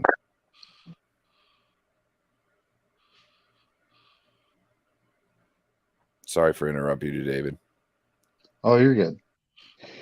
But then we got we had James Garoppolo. Oh, we're gonna play him. Yeah, Trey had a messed up finger, and they didn't even let anybody know that. But we're gonna play James, and then year 2 we're gonna start Trey, and he gets hurt in the second game. And that's very unfortunate. But at the same time, a lot of people have been throwing this narrative that the Kyle Shanahan, and the coaching staff don't have what it takes to develop a quarterback. And that I'm honestly thinking there's a lot of truth to that, because Brock Purdy played a lot in college. He was a 4-year starter. He has a ton of experience. And, he stepped into the team with all the weapons around him, and, he knew what to do. Then you have Trey Lance, who has all the talent in the world. He has a very high ceiling, but the Niners coaching staff might not have what it takes to actually get him there. So here comes this Patrick Mahomes and James Garoppolo QB coach, Christensen.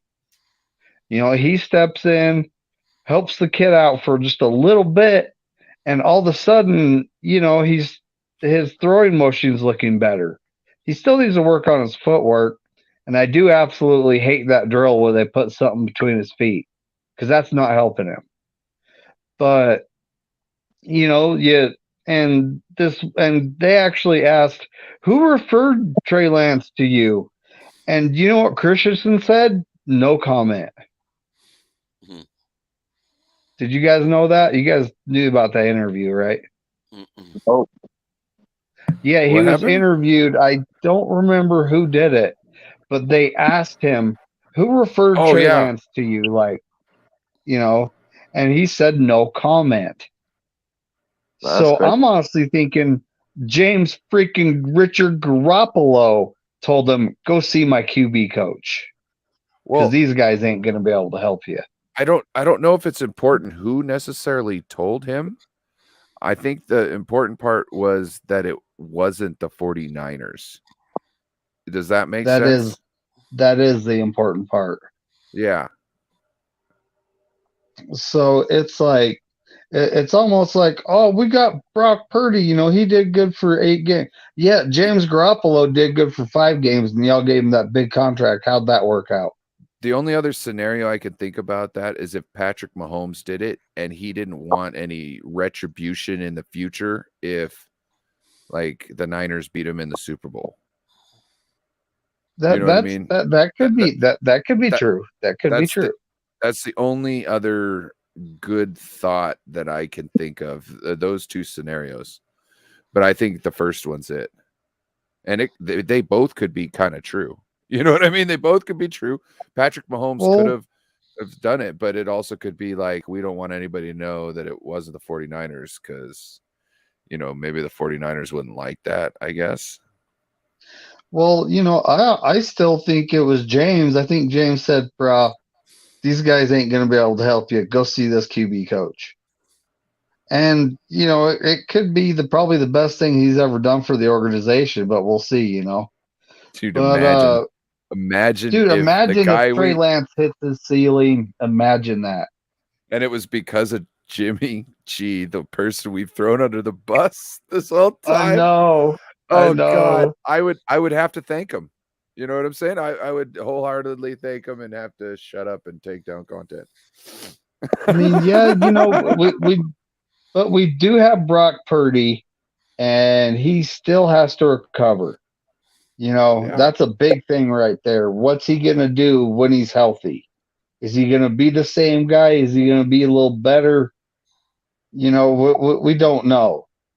And there's also this narrative that Shanahan wants to prove that he's the genius and win the Super Bowl with a average quarterback. Which it's like, look at who's won the last several Super Bowls. No, you need a good quarterback to win a Super Bowl these days.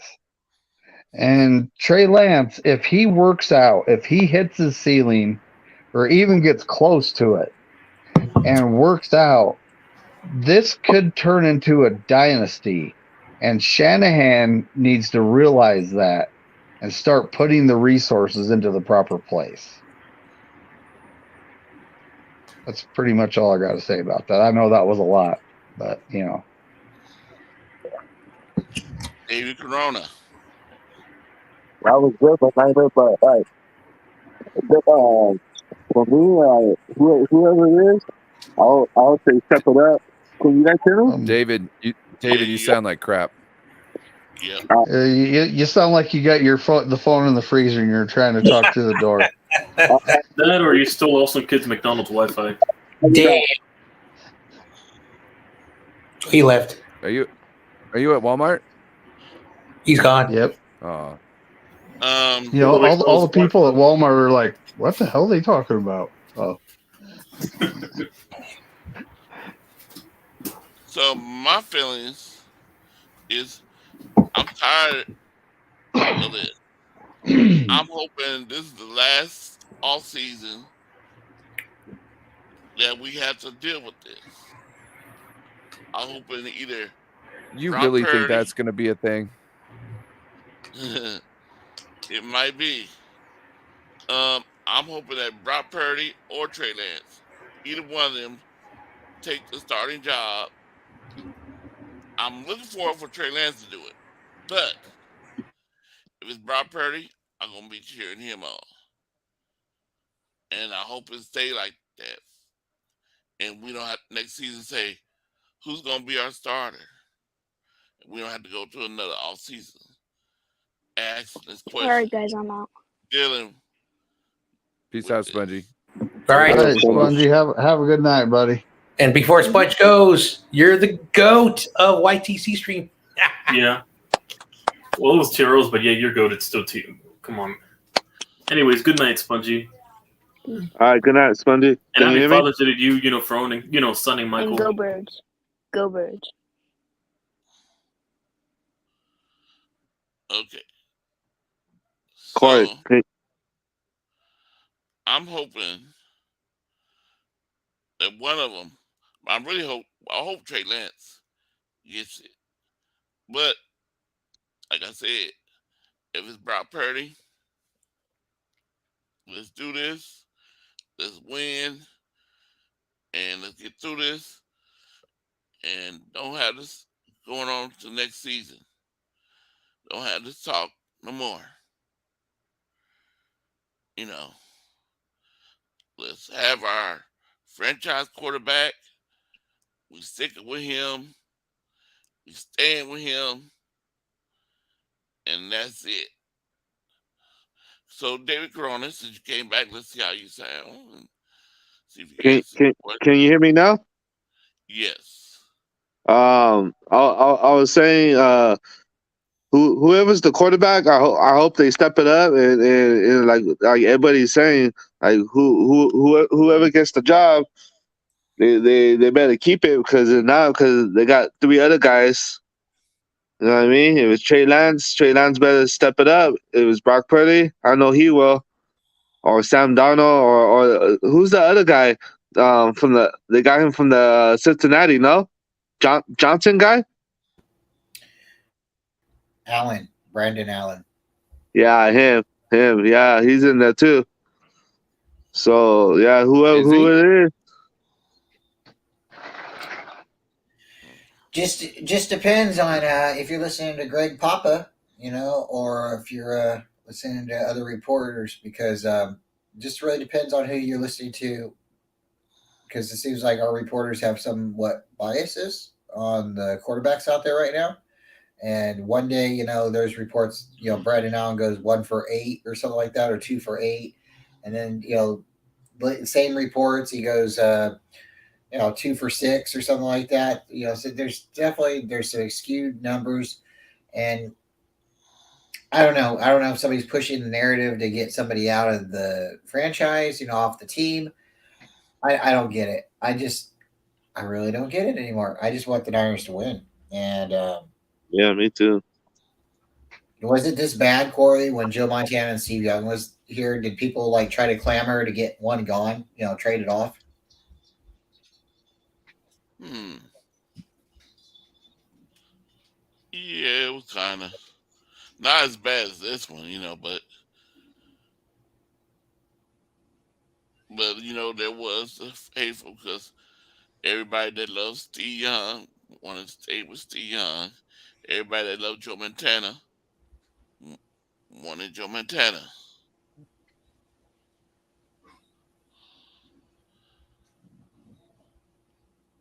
And I was like, then too, whoever's the best quarterback, let's go. Trade one night. I hated trading Joe Montana. I wish he could have just retired as a 49er at that point. Wish we didn't have to trade him to Kansas City. But it happened. And when it happened, I had to root for my Steve Young to do it.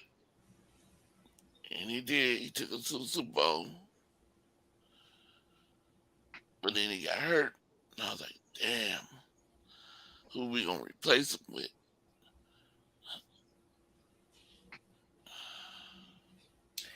I mean, we've been kind of looking for that replacement ever since, huh? Yep. We've had sprats, just like spurts where there's been a quarterback that played for a short period of time that might have had success, but they haven't been able to have that longevity. Yep.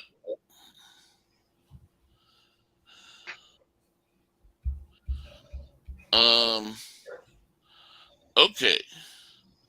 My next question: how do y'all feel about our running back Elijah Mitchell?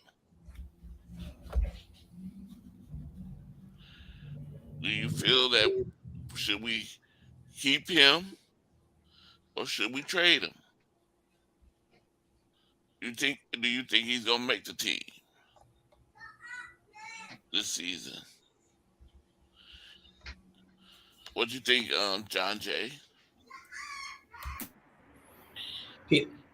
I like Elijah Mitchell, but he can't stay healthy, and it shows in the first season. He had over 209 touches, 957 yards, but he also missed 6 of the 17 games. But when he plays, he's a good running back. This year, after just, I think, one quarter, he missed half the year, came back, played like 3 games, got hurt, came back at the end of the year.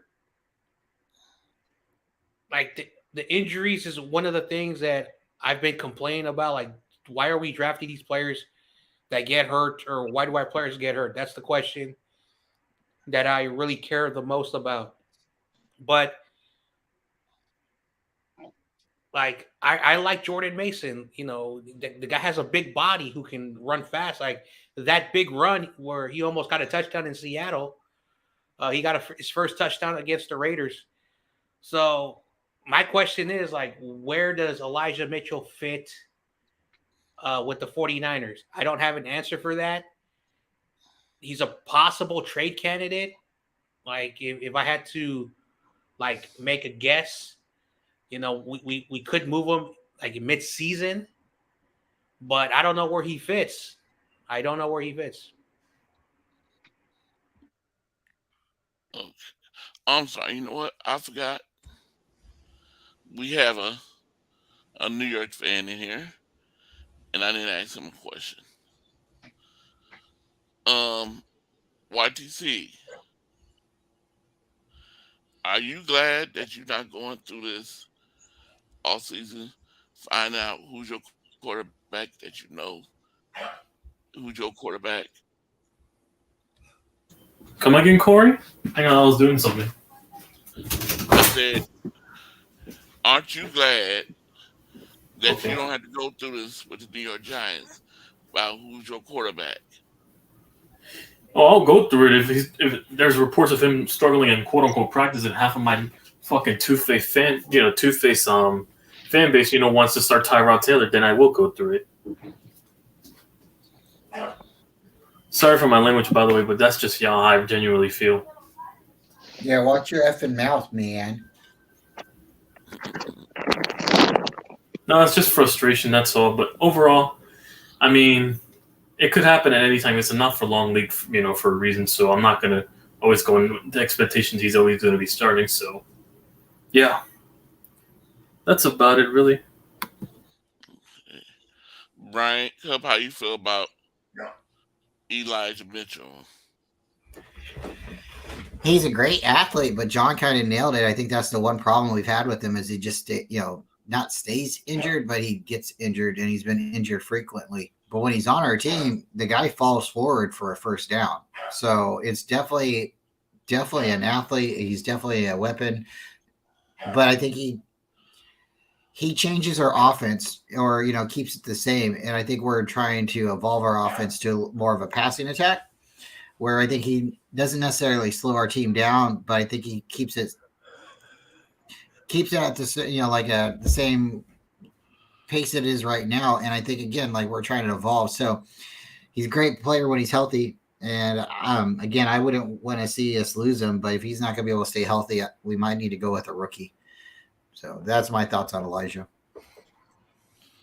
Okay, no more sports.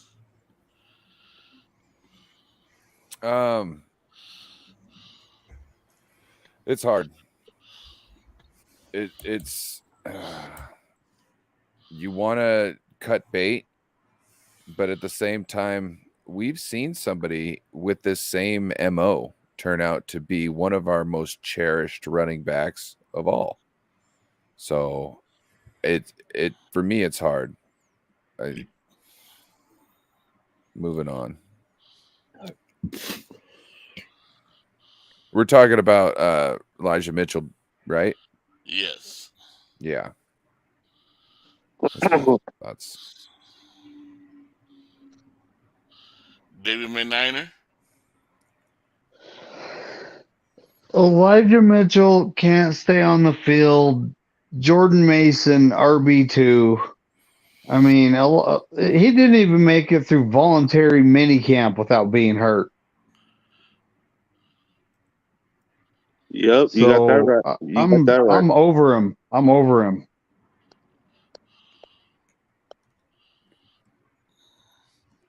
So do you think he should be traded or released?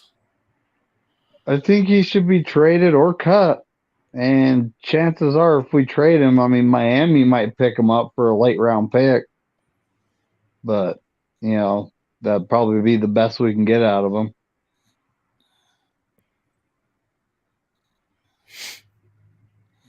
Hey, David, Corona. Yeah, everybody said it. Like, you know what I mean? He gets hurt a lot, and they said he might not even make the roster. So that John, the other guy might take it like McNiner said, but like Jordan Mason, he might take RB2, but like for Mitchell, I hope he could step up and could play all the games. You know, he will help us big time. But that's why we got Christian McCaffrey too. You know, so yeah, I hope Mitchell step up. That's what I got. Yeah. Hello, Minor McNiner. Happy Father's Day.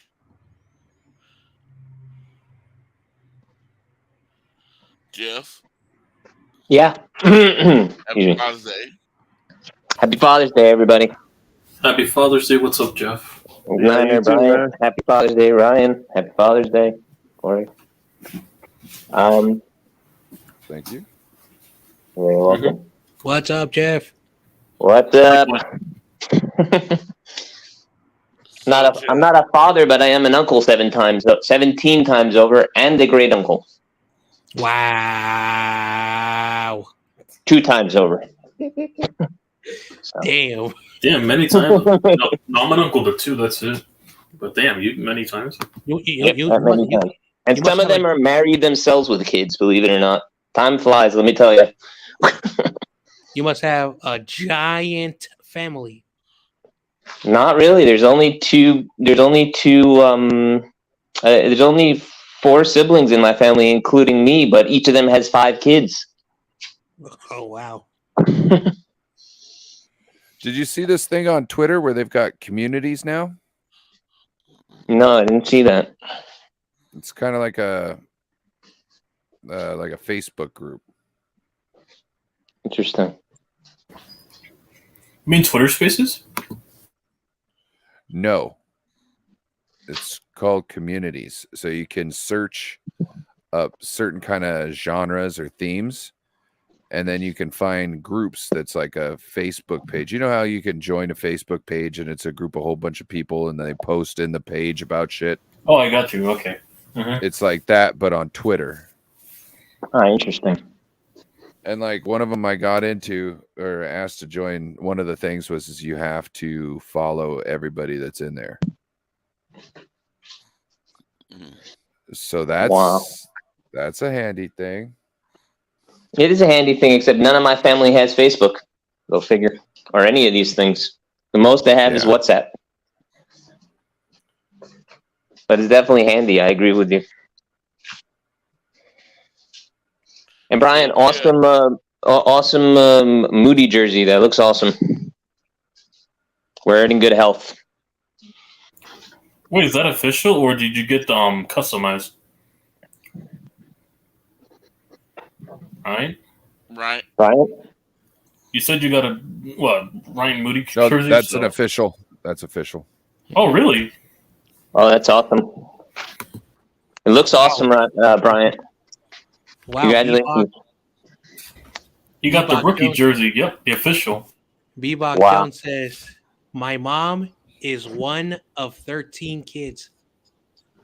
Wow. That's how it is for my cousins. They have 12 kids. Okay, so Jeff. Yeah. How do you feel about? Corey, please, I just want to say one more thing to Brian and John Jay. I want to thank you for the suggestion of the Pedialyte. They do have something similar here called Hydrotonic. It's an isotonic, and there's vitamins and minerals there, and it's helping my fever. So I thank you both very much for that. Cool. We want to make sure you get the fluids you need and you start feeling better. Yeah, thank you so much, John Jay and Brian. I really, really appreciate that so much. Thank you so much for caring. That's good that you're doing better. It's always good news when your health is great. Great to hear. Yeah, exactly. I'm fortunate to have good health. I never take it for granted. Yeah, I agree. Corey, read Tony's one out loud. Do you think Tom Grassi signs a Jimmy G jersey, and would the value of that jersey go up, making asking a friend? asking their friend. So basically, if you could go over there to see Tom Grossi, Tony was like, I think I might pick my Jimmy G jersey. And I'm like looking at her, and she says, well, if he signs it, do you think there will be any more? Do you think there will be some type of value with the jersey at that point?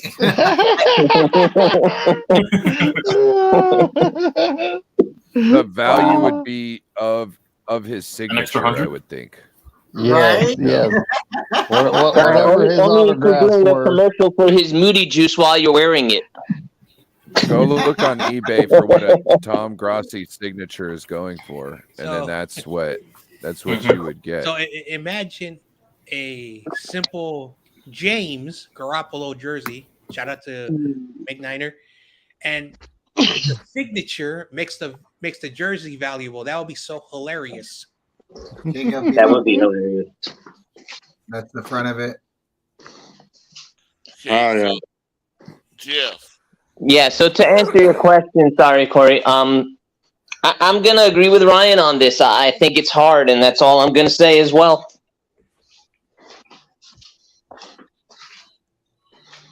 Okay, yeah. It is. Because I think the same thing. If we release him or cut him and he goes to another team and he balls all out there, he don't never get hurt again, you'd be like, damn, we should have kept him. We should have stuck with him for one more season. But I am tired of seeing him get injured. I'm tired of we can't count on him. Plus, when the playoffs start, he's always out injured when we really need him to play in the playoffs. So we need to figure out how we can keep this man healthy and make him healthy during the playoffs, plus in the playoffs. Yeah, I think all of us are tired of him getting injured. It's just annoying already. Yeah. Yeah. Okay, let me see. What else? So, how do you guys feel about our offensive line?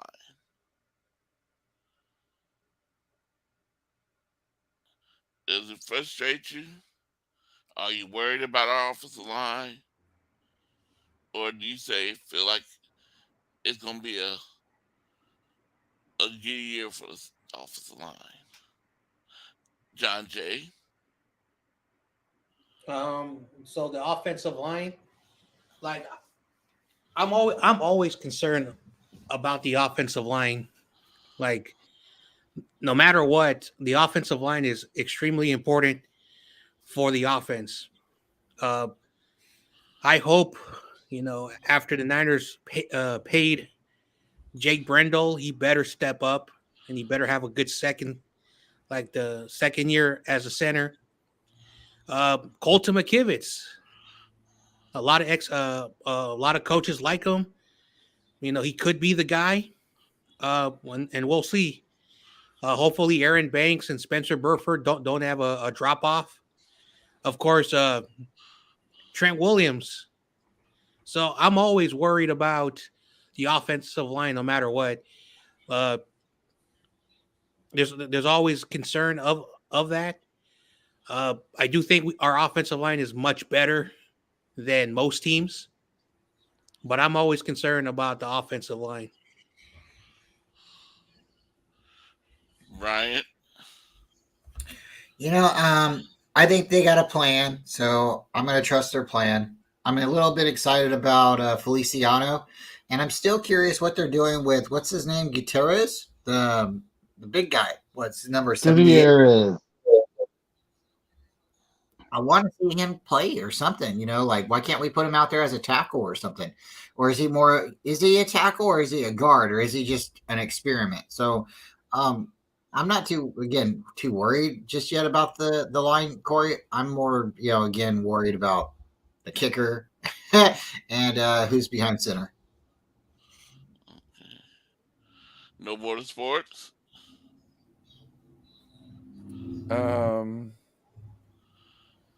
Sorry, I was trying to figure out how to make a community. What was the question?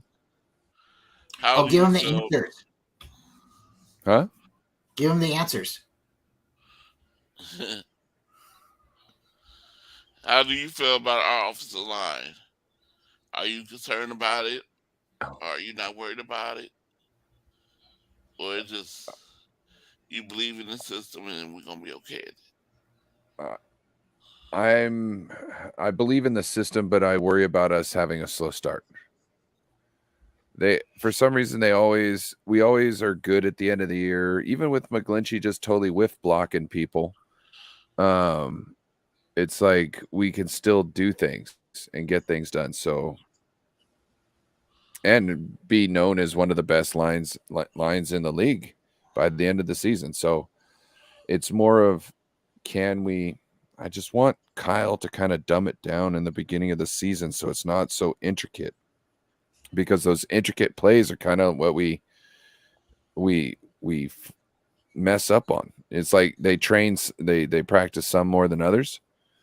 So then like some they're fluent at and other ones, they're not.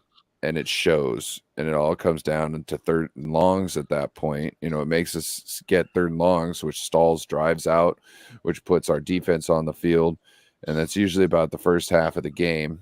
You know what I mean? And then somehow we make it back in the second half, or just end up losing the game because it's in the beginning of the season, and that's when we drop ours. So yeah, that's my concern. I want to not have a slow start, especially if like Trey is starting the season.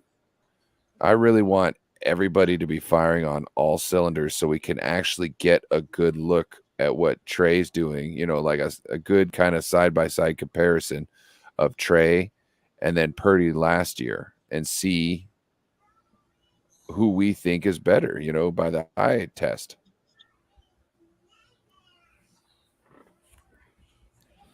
Okay. David Mayniner?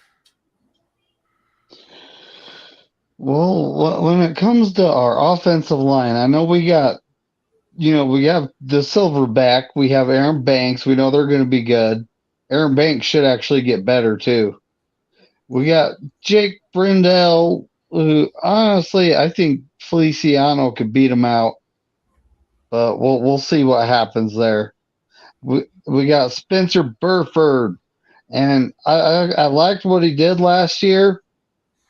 He seemed to improve every game, a little bit, and he's going to be even better this year.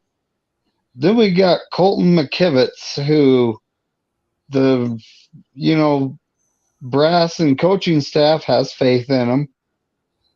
But if he was that good, why didn't he start over McGlinchey last year? So, I have faith in three of the guys.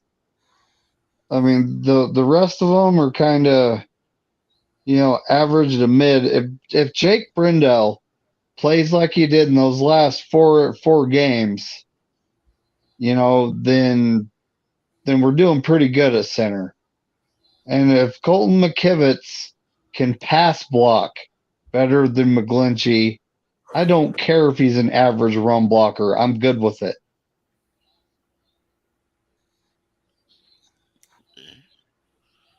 David Corona?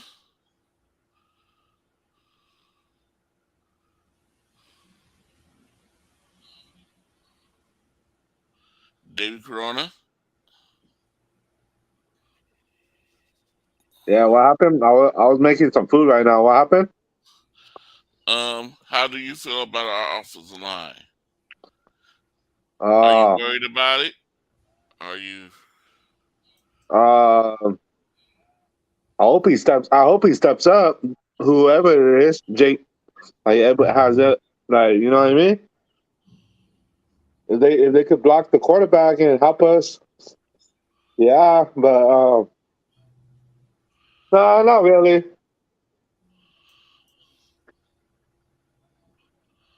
That's what I got. Okay.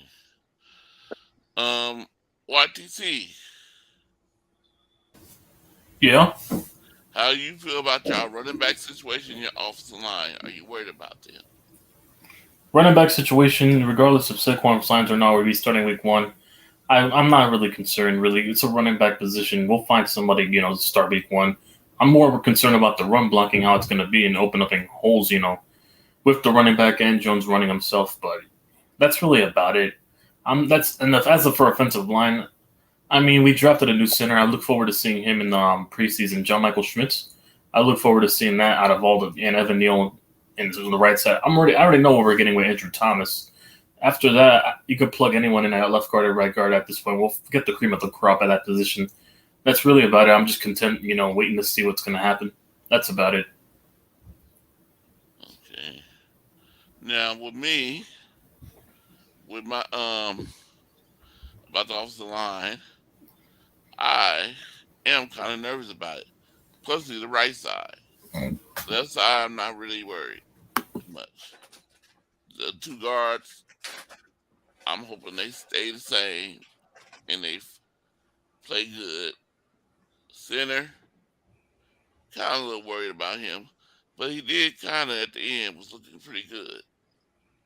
So I'm hoping that he's improved. But the right side, that's where I'm worried about.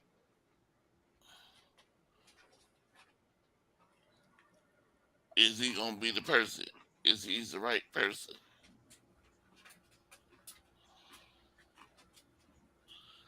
Okay. Let me see. How do y'all guys feel? Who do you think is gonna make the team on our wide receivers? Are we gonna keep 5? Are we gonna have 6? Who makes the team? John Jay.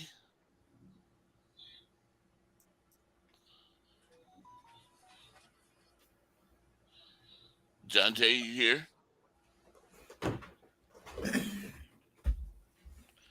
Okay, maybe he stepped out for a minute. Bryant. We know Debo's going to make the team, and Ayuk will make the team. I think Jennings will make the team. He did sign, but I don't know if that's going to be a for sure thing just because he signed, right? Danny Gray should make the team. Ray McLeod should make the team. They have the guy, the Arena Football League guy. I think he's really good. But I think Ronnie Bell is going to make the team. I think they'll keep 6 wide receivers. I really do think Ronnie Bell will make the team. And I think if anybody else emerges, they might be able to stash them, on special teams or something. Or maybe, one of the guys already said. But I don't see them getting off of Danny Gray just yet. And I don't see them getting off of Ray McLeod. So again, it's going to be Debo, Ayuk, Jennings, Ray, Danny Gray, and I think Ronnie Bell. That would be my 6. Oh yeah. I agree. John Jay, still going? I'm back. I was on the phone. Who do you think our wide receiver is gonna be?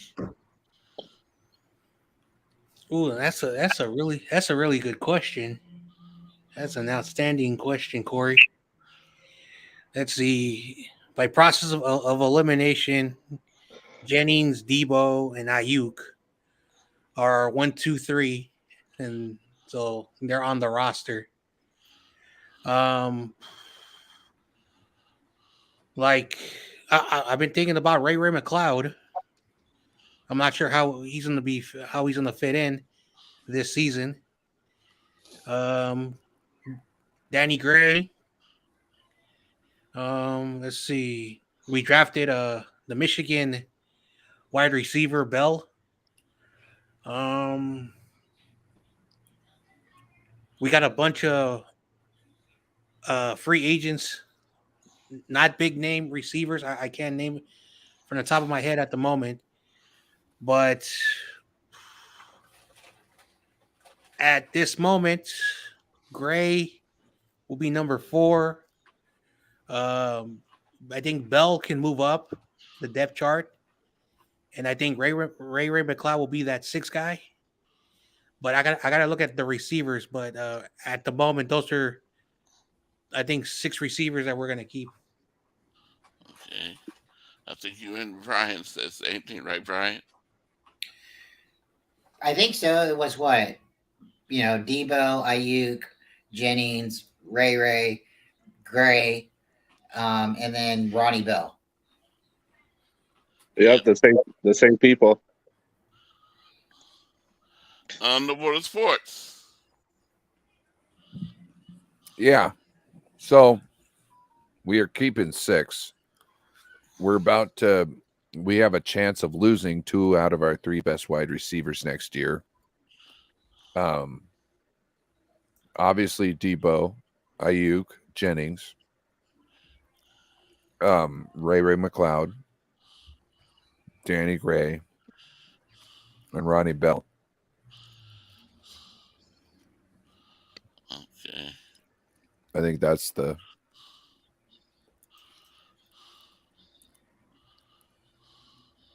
unless the XFL guy does any sort of good and they have to try and sneak Ronnie Bell on the practice squad.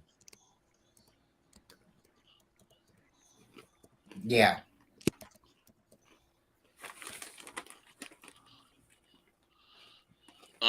David McNiner. I think it's going to go a little something like this. Brandon Ayuk, Debo Samuel, Juwan Jennings, Danny Gray, Ronnie Bell, and potentially Ray McLeod. Now, I say potentially because, honestly, Ronnie Bell returned kicks in college, and Ray didn't do anything spectacular. And right now, as of the new NFL rule, we just need someone to return punts. So, not true. Well, I know. They still have a job to do. Well, there's somebody's gonna come up with something. Someone's gonna figure something out. Maybe halfway through the season, maybe a third of the way through the season. And immediately every other team is going to be doing it to try and get an advantage on kickoff again.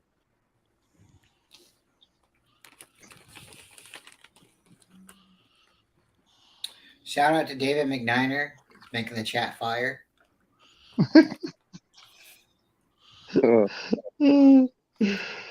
Oh, that is clever. So McNiner, I want to take a quick moment to before you were on this, we were on another stream, another podcast, one of YTT's friend, and one of them said they like your suit, and they said that they considered you the white Michael Jordan. I'm not sure if that's a compliment. Oh yeah, that's CEO. Yeah, CEO. Yeah, that was like I was surprised. The whole suit with the yeah. bald, the baldy, yeah. Hey, everyone, I gotta go. My I take it as a compliment. I take it as a compliment. Okay. All right. Bye, David. All right. See you later, Corona. All right, Corona. Buddy. Remember, don't miss the cup. What's up, Corey? Before you go, answer the question. Who you think I think I agree with what everybody was saying. Okay. Yeah. You guys have a good night. Go Niners. Good night. All right, later. All right, thank you. All right, bye. Don't miss the cup. Oh. YTC. Yeah. Who you think are gonna be your receivers? How many receivers y'all might keep? Probably 6 like you guys, because we're gonna be passing the ball more.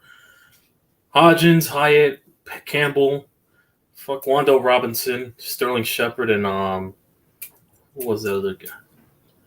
Maybe Jeff Smith returning. Mm-hmm. That's about it.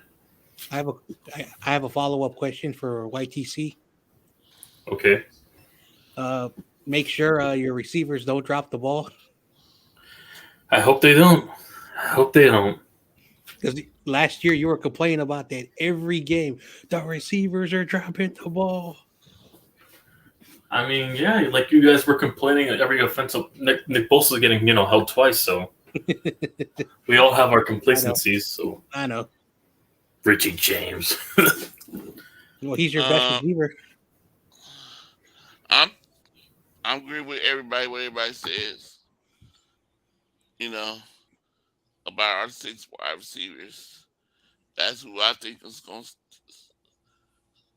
be our wide receivers too. I think it's going to be same.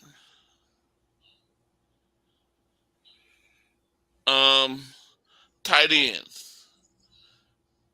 Who you think? How many tight ends we're gonna keep, and who you think they're gonna be? John Jay.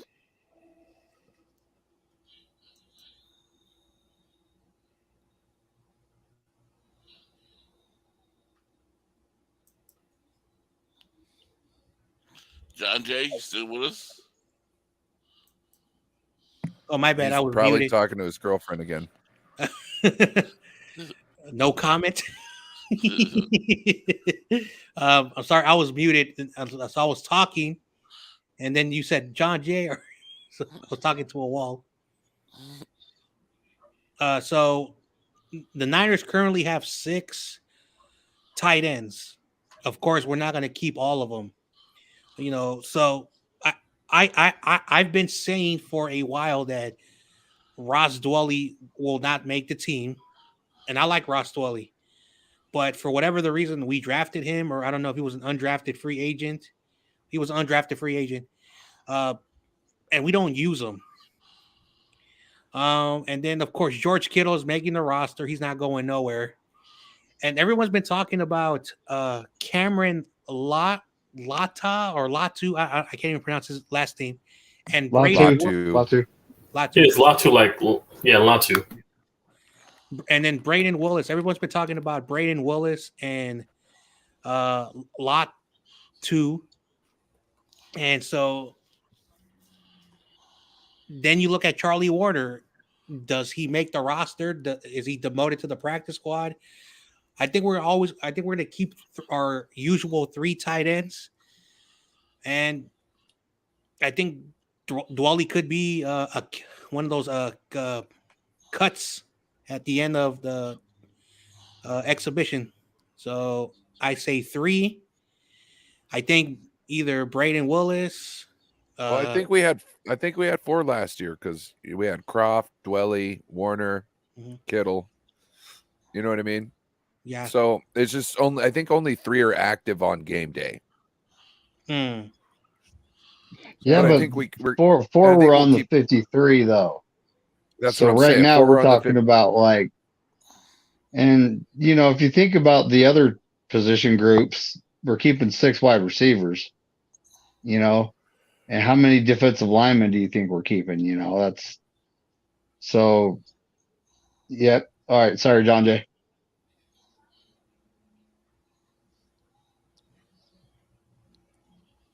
Sorry, I'm muted again. Oh, okay. Yeah. So if we're able to have 4, that's good. But I do think Ross Dwelley will be cut.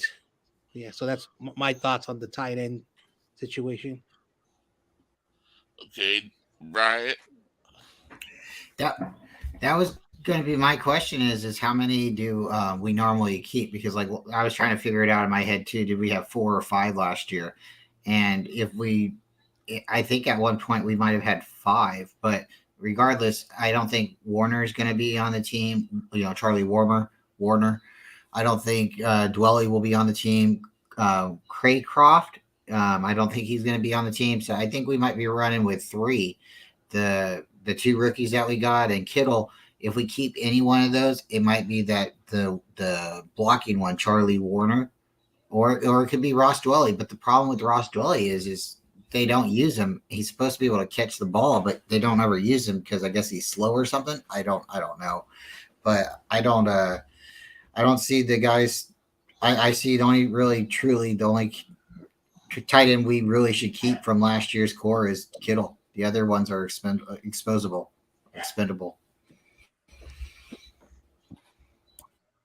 The Expendables. Yeah. No more sports. I don't know. So I think we keep 4, but I think we keep a Ross Dwelly. We could also maybe only keep 3 this year if Kyle wants to do something like keep on an extra wide receiver. Because like I said, we've got a chance of losing 2 good wide receivers, and to keep guys on the team that you might want to see what they look like when they have some experience might be something that helps you make a decision later on. You know what I mean? Might not have to turn around and draft somebody and, put them out there with less experience because you played somebody the year before. But I do think that Cameron Latu, everybody's saying that he's kind of raw as far as talents when it comes to running his routes and whatnot. But it seems like he's a beast of a man. So to me, if his blocking skills can be anything of, on par, then I think he can take Charlie Warner's spot right then and there. Braden Willis might be able to be stashed on the practice squad, but I say might. And that's what scares me because I don't want to chance it. So I think he's staying no matter what, because people have been saying he's Juszczyk's heir apparent. I can see that now. I didn't see it before, but I can see it now, even though I'd rather just have him as a tight end because it seems like he'd be a hell of a weapon.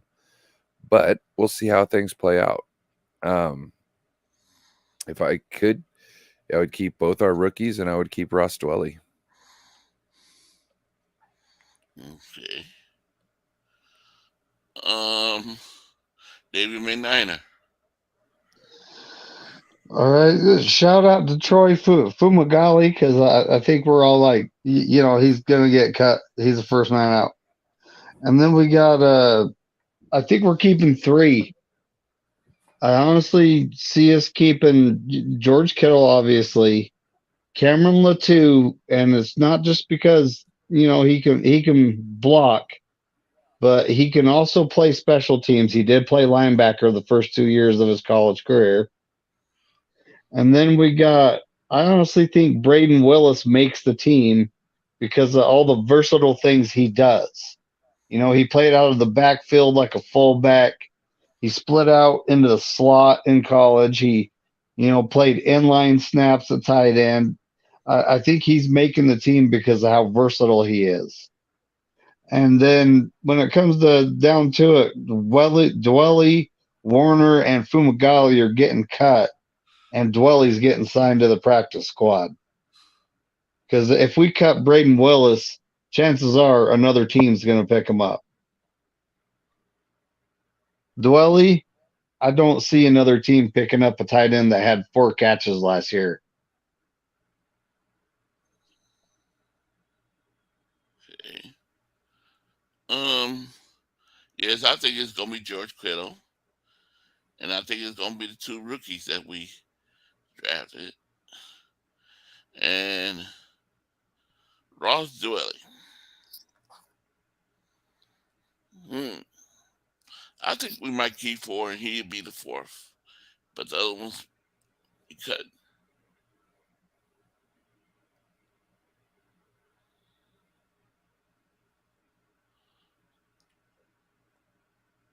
Okay. Now, do y'all think we keep keeping our fullback?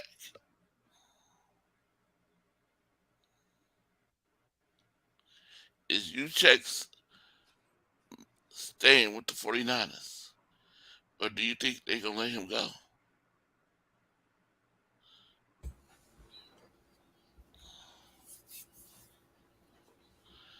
John Jay? So I think Kyle Juszczyk, I don't know how many years he signed his extension. I don't know if it was 5 years. He is getting older. I think he's 32 now. I got to go check how old he is. you do have to eventually, look at possible replacements. I've read a lot of articles that Braden Willis can also, play fullback.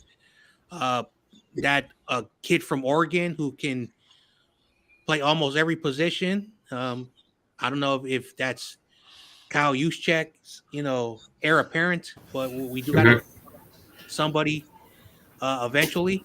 So if he signed a 5-year deal, I think he got an extension. He'll play till 37. 2021. So 26, I guess. So he's under contract for a couple of more seasons, but the question is, will he play out that full contract? I don't know. Basically, right now we just take 1 year at a time with Kyle Juszczyk. That's my thoughts on that. Okay. YTC, I'm sorry, I keep on forgetting about asking you a question. That's fine, but go ahead.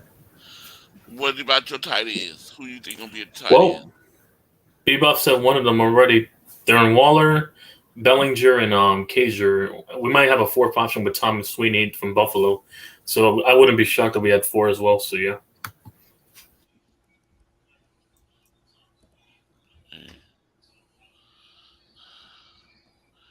And do the Giants have a fullback, or they don't carry fullbacks? We usually use tight ends for fullbacks and certain formations. Yeah.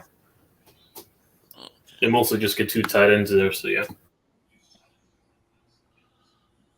Okay, Brian. How do you think about our fullback? I really do like him. He's a good player, really smart. We got him. We really did have to pay a lot of money to get him because he's probably is the best player at his position. We did sign him till 2026, I think. So he's going to be on our team for like 3 more years. So I think if he wins the Super Bowl with the 49ers, or if we win 2 Super Bowls with the Niners, they might choose to maybe re-sign him. But again, 2026 is a couple years from now. There might be some intangibles that happen. I think, like John said, we probably will take it year by year with him, even though I think they signed his option this year. That's what I was trying to read. So he's definitely going to be on the team for the next 2 years, it looks like. So I'd like to see him win a Super Bowl with this team. And after that, if he needs to leave, okay, I can't blame him for leaving, going somewhere else if they're going to pay him somewhat. But if he chooses to stay because he's taking a team-friendly contract and we can win another ring with him, I mean, let's go. I think the guy's really smart, and he's got a good number, got a good head on his shoulders, and yeah, he's definitely a voice in the locker room. So I'd like to play him out as long as we could. Okay, no more to sports. What's the question? Might as well bat for 1,000 tonight. Fullback. Oh yeah, Kyle Juszczyk. That's our guy. We at least got 1 more year with him. If we weren't going to have Kyle Juszczyk this year, they wouldn't have let Hulkett go last year.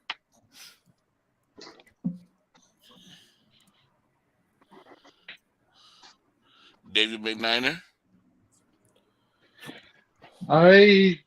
So Juice is signed for 2 more years, this season and next season.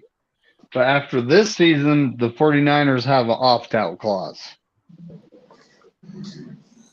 So, I honestly think we will keep him for this year, and we'll try probably stashing Coletto on the practice squad. But if Coletto can somehow beat him, because this last season we didn't utilize Juice like like in previous seasons. So, why pay a fullback $4 or $5 million if you're not gonna, get more than just blocking out of him?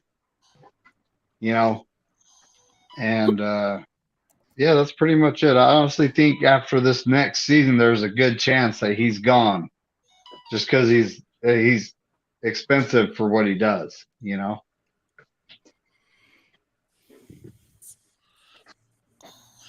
Okay.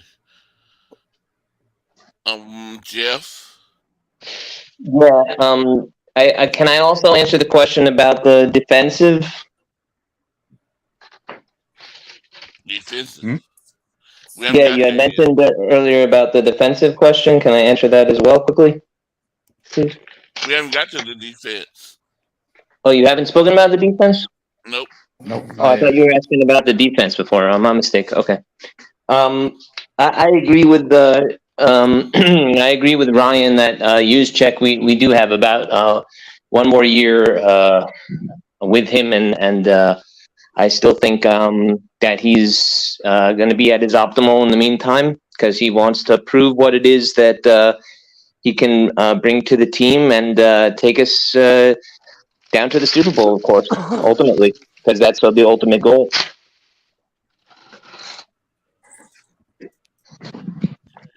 I agree. I think he's gonna be with us, and then next year we'll be looking at his contract and probably try to move on from him.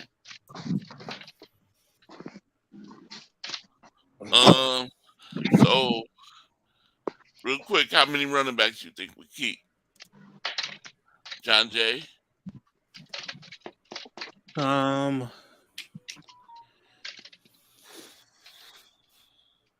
I think we're going to keep 4 and Kyle Juszczyk, so we'll have 5 backs.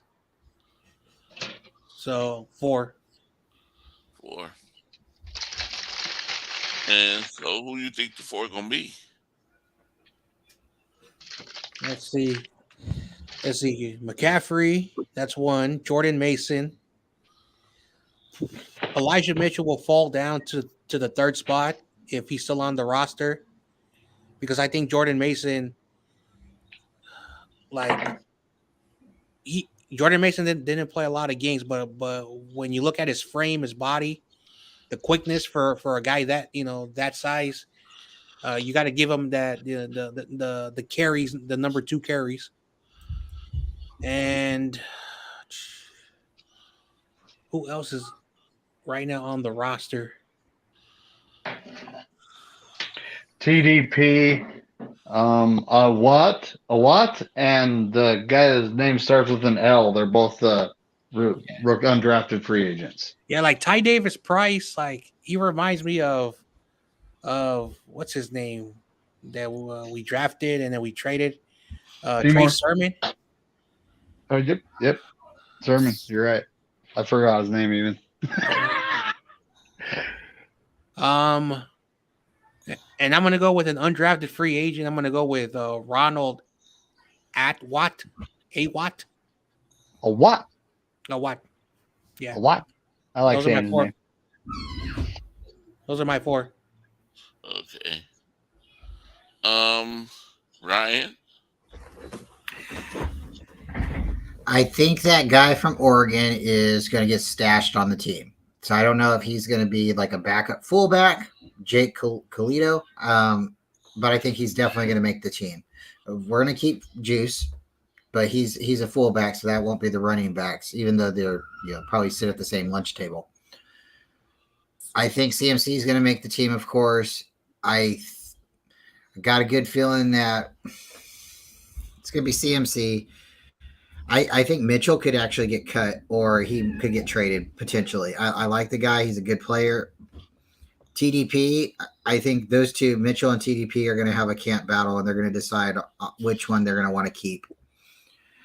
I think the 2 rookies that was just named, Otwat and the LeBourne, I think that's what Bebop said. They've been making a lot of noise in camp, and I've heard a couple of different reporters, beat writers talk about them. So I would be interested to see, what they are going to do in like preseason and stuff. They potentially can make the camp. I'm going to say there's probably going to be 4 running backs that make the team.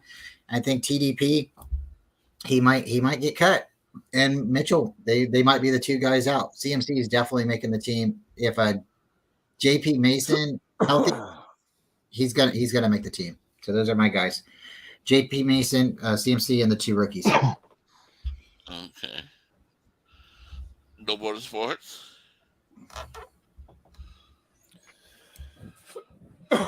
Yeah. I'm kind of falling in line with what Brian just said. If TDP, sorry, I have the hiccups, so if I'm hiccuping. If TDP doesn't fall in line and get his stuff together, he's going to be finding himself a new job. And while everybody's already solidified jobs. So it's really imperative that he does well this year in camp, or else he's gone. Well, maybe not. Maybe one of them free agents might have to really shine to kind of push him off the chart, but I don't know. I don't see much of a future for him. David Mayniner. So I got CMC, Jordan Mason, Elijah Mitchell if he doesn't get traded,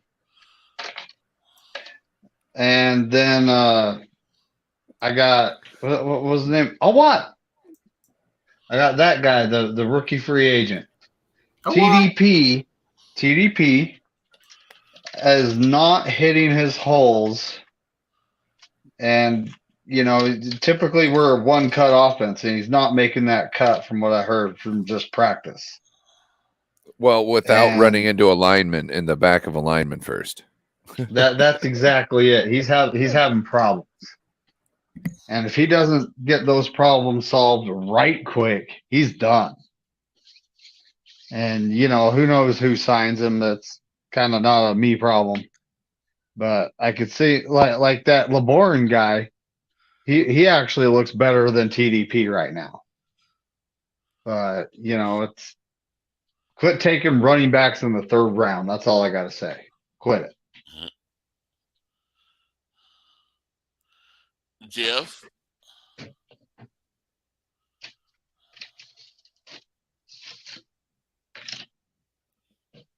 Jeff, you sit with us?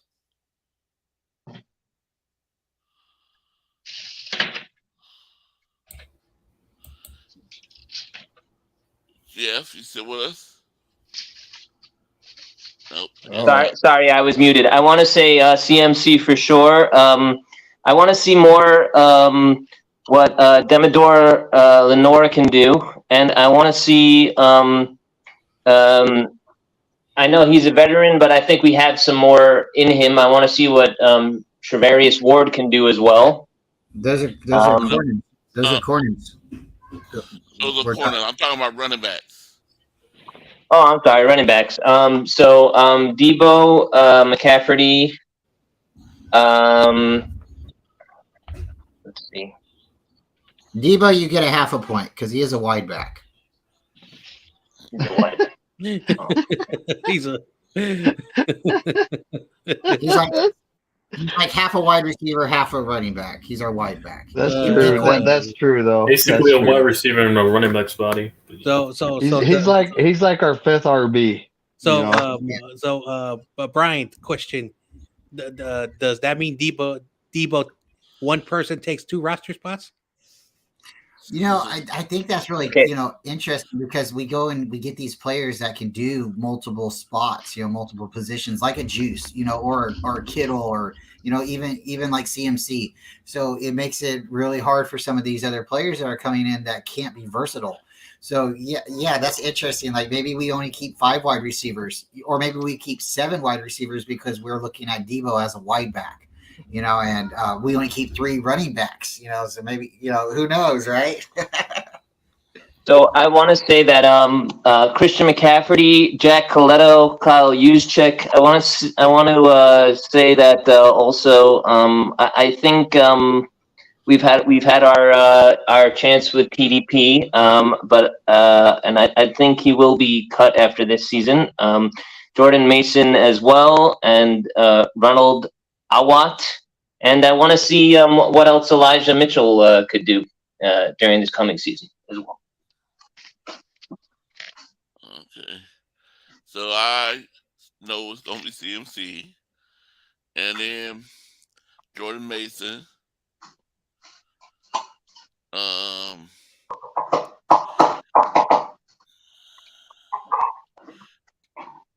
think Price. I think he might step up this season, and it might be Elijah. It might not because of his injuries. He might just let him go. And I say you have 4 in the fullback, so that'd be the 5. Okay, let's move to our defensive line. Are y'all worried about our defensive line?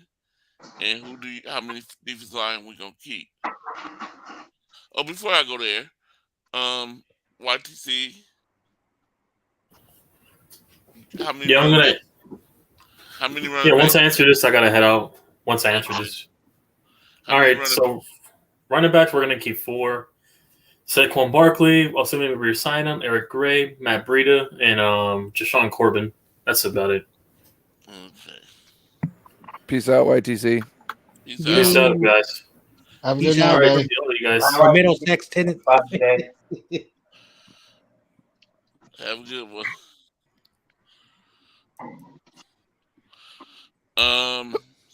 Now let's move to our defensive line. Who's gonna be how many defensive linemen we're gonna keep? And who you think they're gonna be?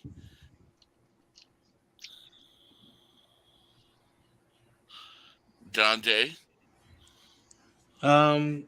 So one of the things in the past, since John Lynch has been the general manager, he always prioritized defensive line.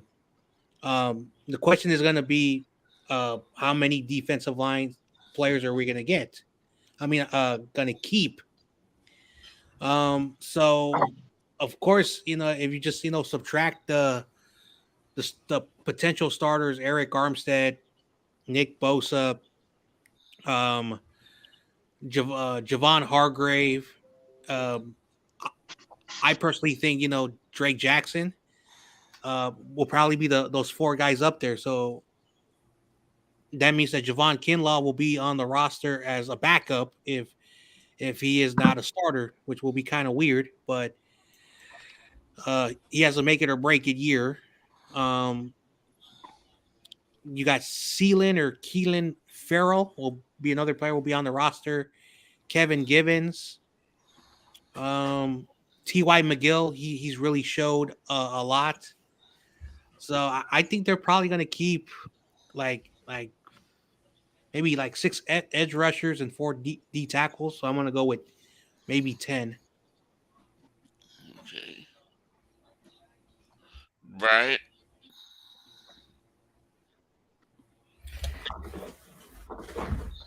I think they keep about 10 guys, maybe 10 or 11. I don't know how many they normally keep.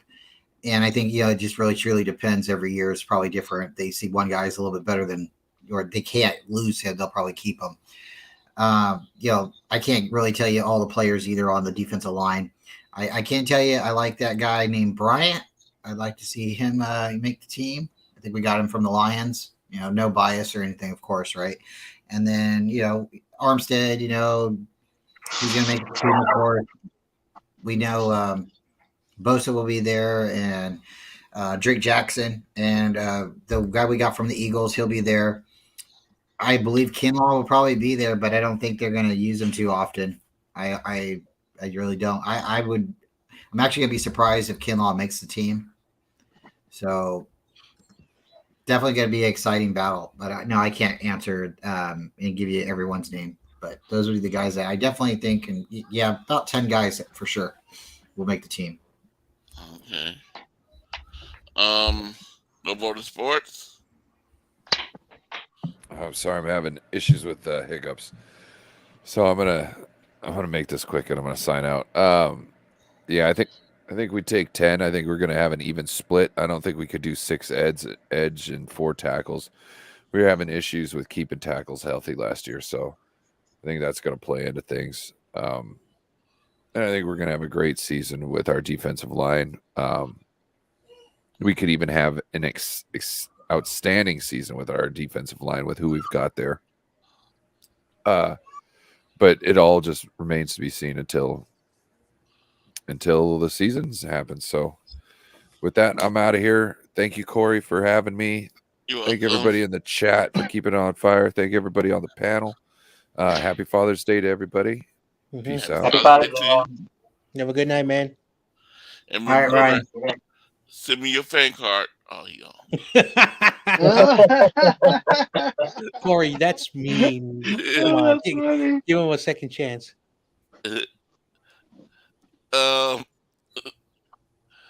Okay, Jeff.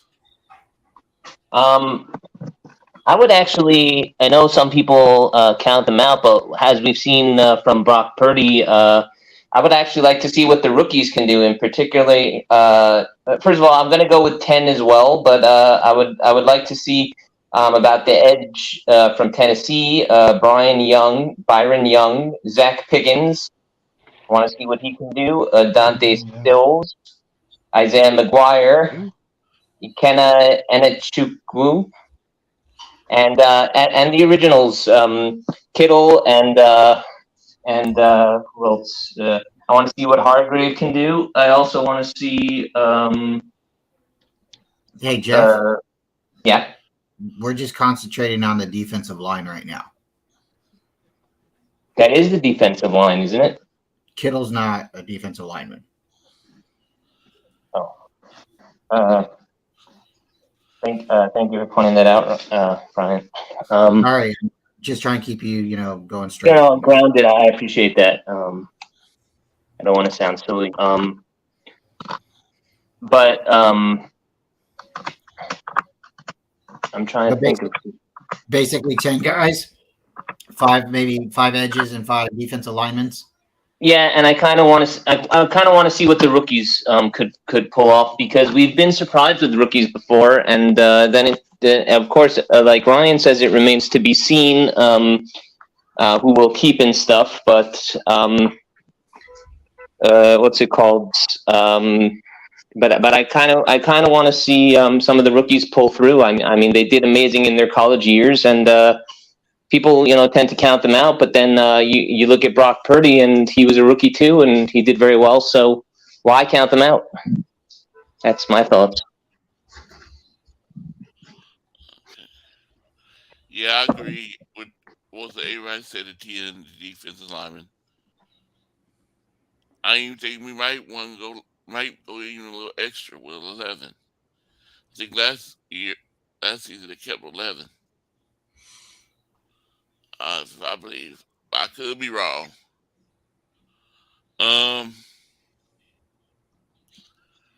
What about me? I go? Go ahead, David. I'm sorry. You're good. I honestly think we're keeping 10, and Javon Kinlaw ain't one of them. Neither's Kerry Hyder, just because he's getting older, and it only makes sense to keep the younger guy, Robert Bill Jr., on the roster. So I think, we got our 4 starters. We got Bosa, we got Hargrave, we got Armstead, we got Jackson. Coming off the bench on the edge, I have Ceylon Farrell, I have Austin Bryant, and I have Robert Beal Jr. So those are the 5 edges I'm keeping. The interior guys, we got Kevin Givens, T.Y. McGill, and Kalia Davis. That's honestly who I think we're keeping, those 10. When it comes to Kinlaw, he was getting pushed around bad last year. He came in, he lost some weight.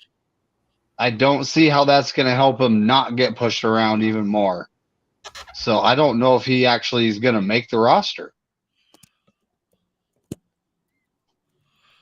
Okay. Now, let's move to our linebackers. How many linebackers we gonna keep, and who are they gonna be? John Jay. Fred Warner, Greenlaw, Burks, Flanagan Foles, and McClary Ball. 5 linebackers. We never keep more than 5.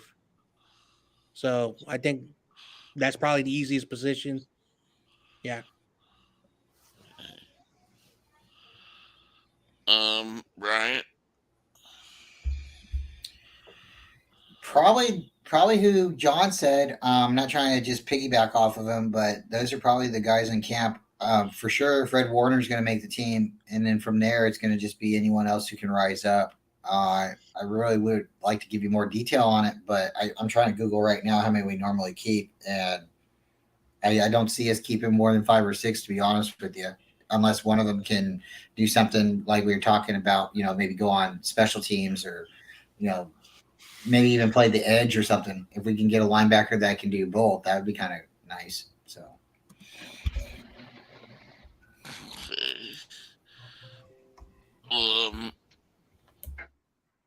David McNiner. So we all know that Fred Warner's definitely making this. Greenlaw, they're our top 2. But then you got Flanagan Fowles, who they didn't tender, but they re-signed to a cheaper deal. You have what's that guy's name? The special team expert. Oren Burks. He's definitely making the squad. So Warner, Greenlaw, and Burks are definitely making the squad. I honestly don't know if Flanagan Fowles is going to beat out McCrary Ball. He's actually, from all accounts, looking pretty good. Then you got Jalen Graham. I think he's an undrafted free agent out of Purdue. Yep. He's looking okay, but he'll probably get cut and be practice squatted. And another of people, D Winters, his tape just flashes good linebacker. But if you show up out of shape, that's not going to reflect good on the coaching staff. So he better step up. But I think we typically keep 5 on the roster. So I think it's Greenlaw, Warner, Oren Burks, McCrary Ball, and probably I'm going to say D Winters at this point. Okay. Jeff. Yeah, I'm also going to say 5. I'm also hopeful with what McNiner said with D Winters, what he can show. I'm also going to say Greenlaw. Greenlaw? Greenlaw. Okay, I keep mixing them up. And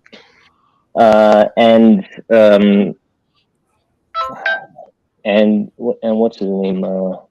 And Fred Warner as well. And I'm not really sure at this point who the other 2 will be, but those are the top 3, I would say. Fred Warner, Dre Greenlaw, and to see what Winters could do. I'm a big supporter of Winters, as you all know, and I want it, and I also think it's important to always give rookies a chance and see how they could perform, because they performed very well in the university, and so if they could bring that to the field here, which hopefully they can. So I'm hopeful that they could be a big asset to the team, just as Purdy was as one example. I think currently we have 11 on the roster right now, but that's just the roster. Right. But I'm still thinking just 5 like everyone else. I think that's a good number for this. Yeah, agree. Yeah. And I agree. I know it's going to be Fred Warner. I know it's going to be Greenlaw. A special team guy.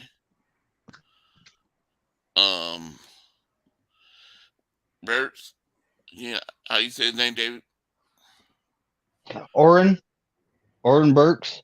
Yeah, and I think is this Flanagan, Flowers or something? Flag. Yes. Yep, Flanagan Fowles. Yeah, and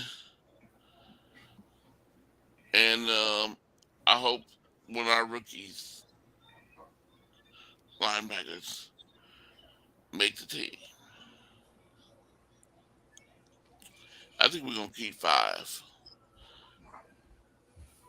2. Now let's go to our secondaries, our defensive backs and safeties. How many of them we keep, and how many who you think they're gonna be? John Jay. You see, right now the Niners have a lot of secondary players. Of course, it's going to be of course cut down to the 53-man roster. If you take away Tayshaun Gibson, Talanoa Funga, and Charvarius Ward, those 3 for sure have their jobs locked up. Of course, Jair Brown will be the backup to Gibson. And then the question is going to be who's going to be the other running mate for Charvarius Ward. I know we talked about this. People are talking about Diamador Lenore possibly not be on a team with the Niners, but I do think he'll make the team. One player that could be cut is Ambry Thomas. I do think the Niners are probably going to keep 4 safeties and maybe 5 corners. So I think we'll probably keep 9 in the secondary. I can't name who's going to make them, who's going to make the team, but I think that's what the Niners are going to do. Okay, so how many you gonna keep? 9. 9. Okay. Right. Yeah, I don't know how many we normally keep. Not that I'm questioning John. That's not what I'm saying. But if we normally keep 9, that sounds about right, because you'd imagine 3 at almost every spot, right? I think, like he was saying, the new guy Jair Brown, he's going to be battling back and forth with Gibson, but Gibson's going to be the starter. I think those 2 guys. I don't know what you guys' thoughts about George Odom. He's a veteran. He might. He's solid, but we got Hufanga. And I know Womack, he's a really solid player. I know he's contributed a lot on special teams. So I imagine him. John did throw out Ambry Thomas, and Ambry Thomas is one of those guys that a lot of people want to see him do well, but he just hasn't done it. I know there's been a lot of people that's been like pounding the table for him, but he just keeps getting stuck. So, 9 would be a good number. Luter, I think he's going to do okay. And I think Knight, Quantrez Knight, I think that's his name. I think he's going to be fun to watch too. Okay. David Mayniner? I think we're going to probably keep 9, 4 safeties, and the safeties are pretty much set in stone right now because you have, Hufanga, Gibson, Jair Brown, and Odom. And then our corners, that's where the battle's happening right now. We did sign one of the best nickel corners in free agency in Isaiah Oliver. Mm-hmm. But then you have Charvarius Ward. Those 2 positions I think are pretty much set. But the outside right now, Lenore's struggling a little bit. We have Luter, who's been playing pretty good, but what kind of competition is he going up against? Yeah. And I also heard that Ambry Thomas is, starting to come right along, but this is something that we'll see progress through training camp, And I don't know if he's actually going to make the roster over one of those other guys that we signed from Carolina, though, because we brought in a few defensive backs. I'm trying to find their names right now. Is it Parker or Hawkins? I think he's definitely one of them. But yeah, McCrary, Quintera's Knight. That guy, I would actually like to see him on the field because he's 6 foot, 200 pounds. He's got good size. He's got good length. And people were talking him up pretty big time last year, and he ended up getting cut. I don't know. Like, I think those other guys, we signed a couple guys from Carolina, I thought, other than, we signed Oliver from Atlanta.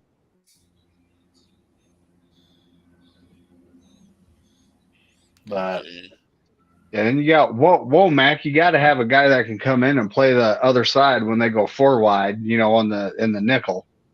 So he'll make the squad.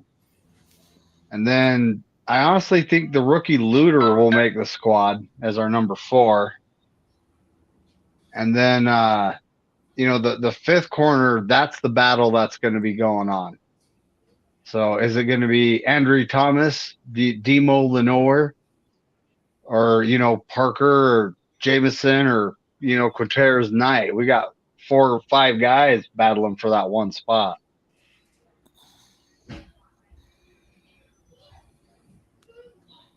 Okay. Yeah, I think it's going.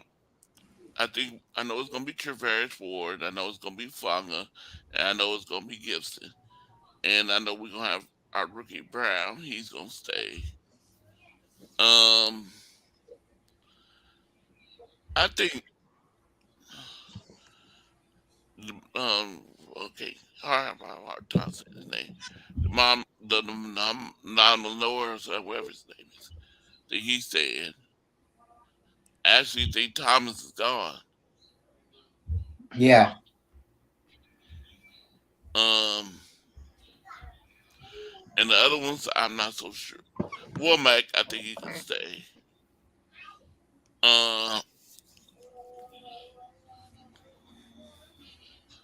And then Oliver, I think his name was, that came from Atlanta. Yeah. I think we might keep him. But I'm not sure. Isaiah. Yeah. But we'll see. Ooh, that's a good. Ooh. So who's number 22 on our team right now? Mitchell. What? Oh, you changed the number? Our running back, right? Elijah Mitchell. He's number 22, right? No, is he 22 or 28? He was 28. I think he's 28.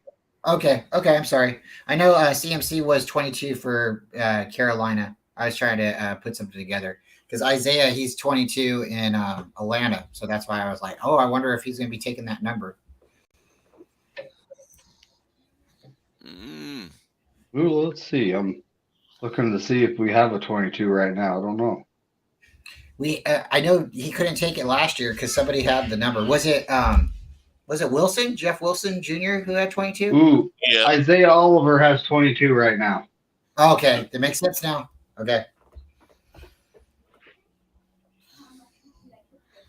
I would say though, I was like, if CMC switched his number back to 22, that made me mad because I got a shirt. Yeah. And I got a hoodie. It's got 23 on it. Yeah. Okay, now we already know who our punter is. There's no competition in that. So, what about our kickers? Who do you think is making the squad? Is it gonna be what's his name? Gonzalez? Is his last name Gonzalez? Yeah, Zane Gonzalez. Zane Gonzalez, or is it gonna be the man that's on back there on Bryant's closet, which be Chef Jake Moody, John Jay?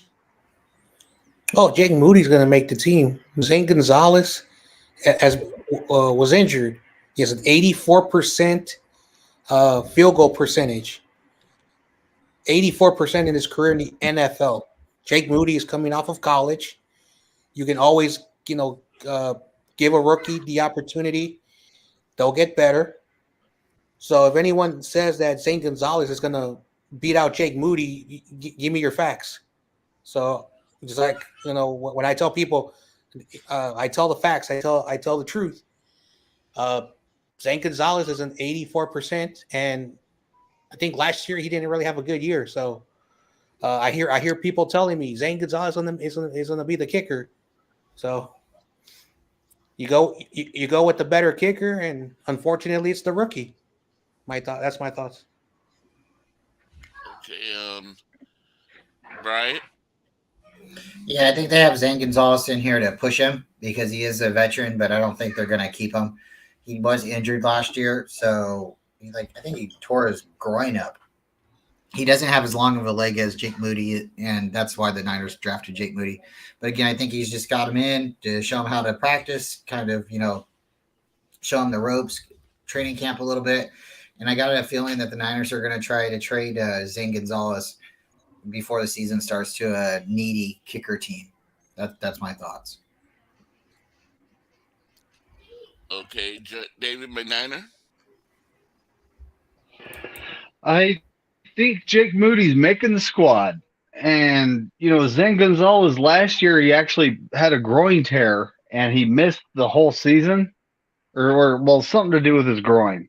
I don't know the full extent of the injury, but he missed the whole season. The year before, he actually did, I think he did really good, but if they're on par with each other, or even if Jake Moody's a little bit behind him, Jake Moody's going to make the squad because he's cheap. He's on a 4-year cheap contract, and he's a rookie, so the chances of him getting better as he goes is there. Okay, still Steve-O. Happy Father's Day. Yeah, what's up? I'm not a father, but thanks anyways. Okay, but what you think? Who's gonna stay, Jake Moody or Zane Gonzalez?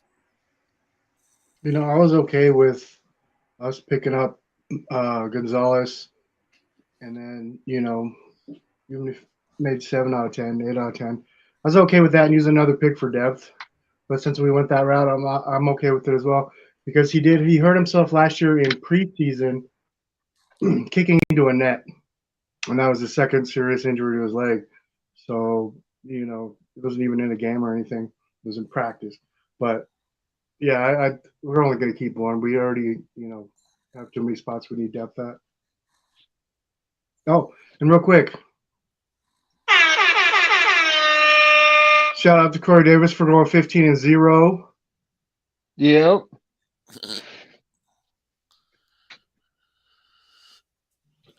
Yeah, thank you. Well, that's pretty much what I got. We went through the whole team.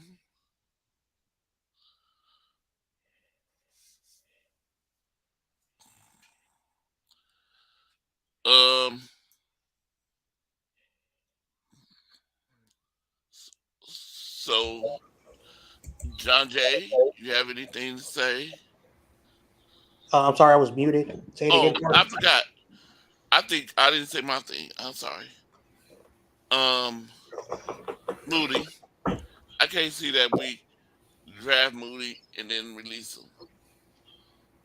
I think they just picked up Gonzalez just in case we didn't pick up a draft rookie that we wanted. Didn't get the rookie that we want. And so I think they had that eye on Moody, but they wasn't sure he might drop to them, so they signed Gonzalez. So Jay Moody's gonna be the player. I can't see them releasing him unless he comes in a preseason and just miss all the field goals. and he loses the battle. So I see Jake Moody as our starter. So John Jay, Yep. do you have anything to want to talk about?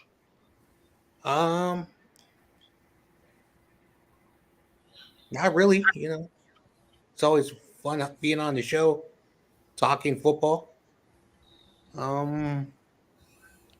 At this moment, I don't have anything that I want to talk about. Brian Cup.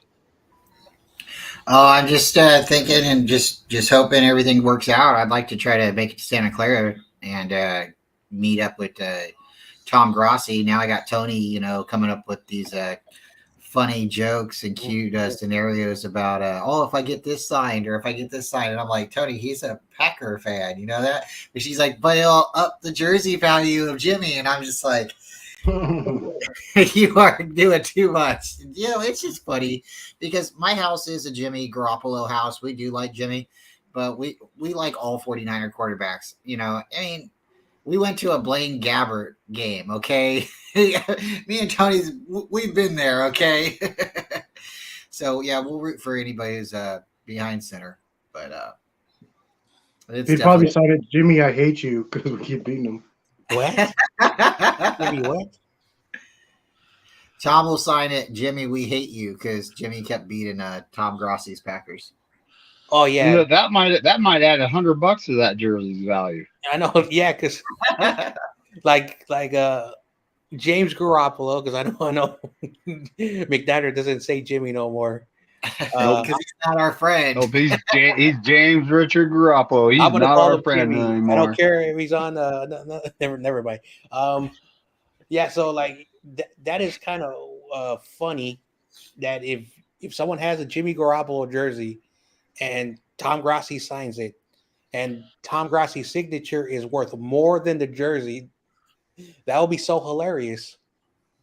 Okay, I got a question. Should I take my Brett Favre card? I have a Brett Favre card. I got a couple of them. Should I take them and try to get Tom Grossi to sign them? I don't know if that would add value to that or lower it. Steve-O has a point. Yeah. I mean, like at one point, Brett Favre was really, really good. And then everything that's happened since then is kind of just like. Well, on the other hand, he's lowering it himself. Brett Favre is, so you never know. You never know. Now, one's going down, one's going up. Now, this is just a hypothetical. Again, you can do it if you want to, because what happens in 5 years if Tom Grossi becomes even more bigger than the YouTube personnel and becomes someone's bigger, and then that signature actually becomes worth something, and because it's on a Brett Favre card, it'll be a rare item. And because I used to deal with sports memorabilia and someone that I know deals with that, there are a lot of like 49er stuff that have like weird signatures or like weird things, and there are people that would pay a lot of money for it. And I have a family friend who, for those who went to Candlestick Park, they used to be these weird placards or whatever they were, like made of like steel. Somebody said, hey, I want to buy that. That's my boss. We got it when they moved the seats to our facility. I'll pay $1,000 for that. I want that. So there are people that are willing to pay for things that make no sense to someone like us. So if you think about it, that it's always good to get a signature, because you never know when or what it could be worth 5-10 years down the road. Has anybody ever been to the Celebrity Golf in Tahoe? Nope. I've never been there. I haven't either. But I've never been to no golf in Tahoe. I've been there one time for like dropping off somebody and then coming back, but I didn't spend. So I like, yeah. This is I've the one never that. been. Sorry, It's like 45 minutes from my house, but you can get hella signatures up there. That's the place to get signatures. I get Tom to sign this one. Yep. Mm. Brian, did you get any new cards? I will get a couple packs this weekend. I haven't got any yet. Okay. Mhm. Okay. Yeah. David McKnight, do you have anything you want to say? Nope, I'm good. Watch out for me and Bryant tomorrow night. Ooh, yeah. Well, who'd you guys have again? Oh man, tomorrow we are gonna have one of the world famous 49er YouTube content creators up and coming. If you don't know, you should know. You probably know already. We are going to have Amin the Dream, and he has been coined. It's been stated that he has the best YouTube content creator hair in YouTube. So for 49er content creators. So I'm definitely going to make sure my hair is all done up. David, make sure your hair is all done up because I know Amin will be coming with it. Oh.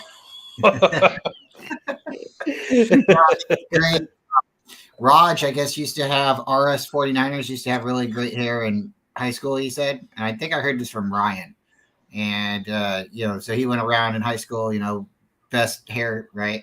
And if you've seen Amin's he's got the hair, man. He's got the hair. So, we'll definitely be hoping to have a good show with him tomorrow.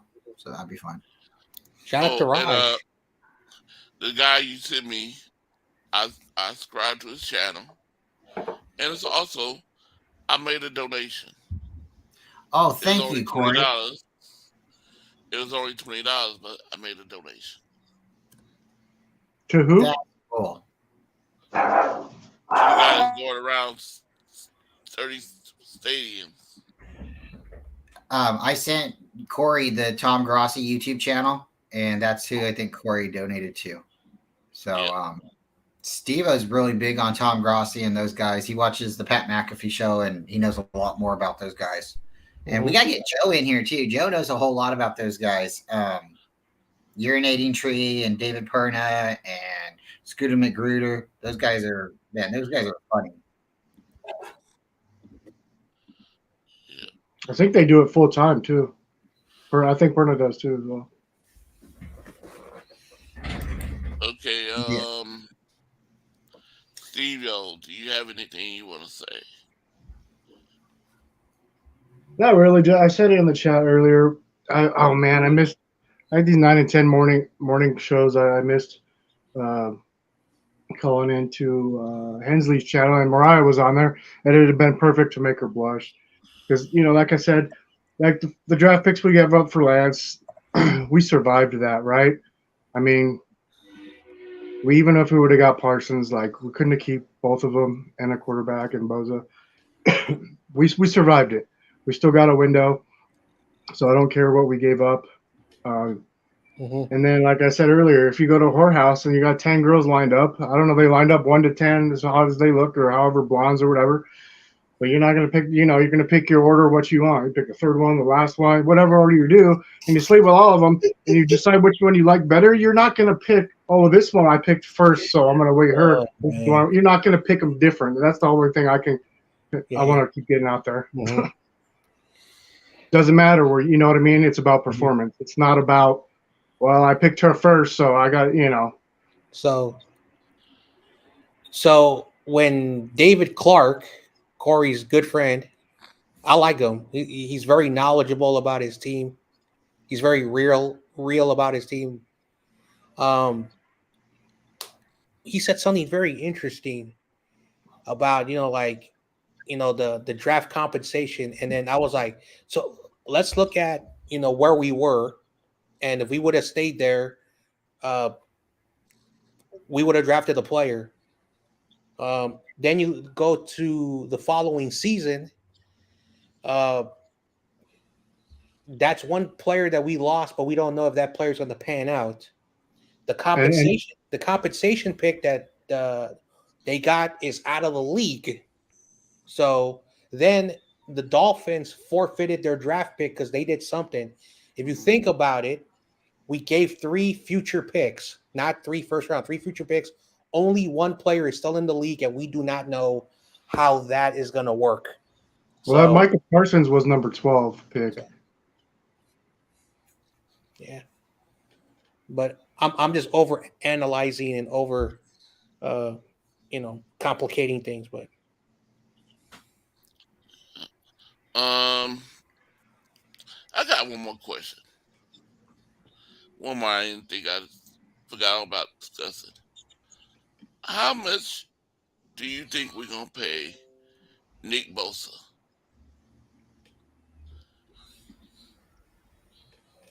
John Jay?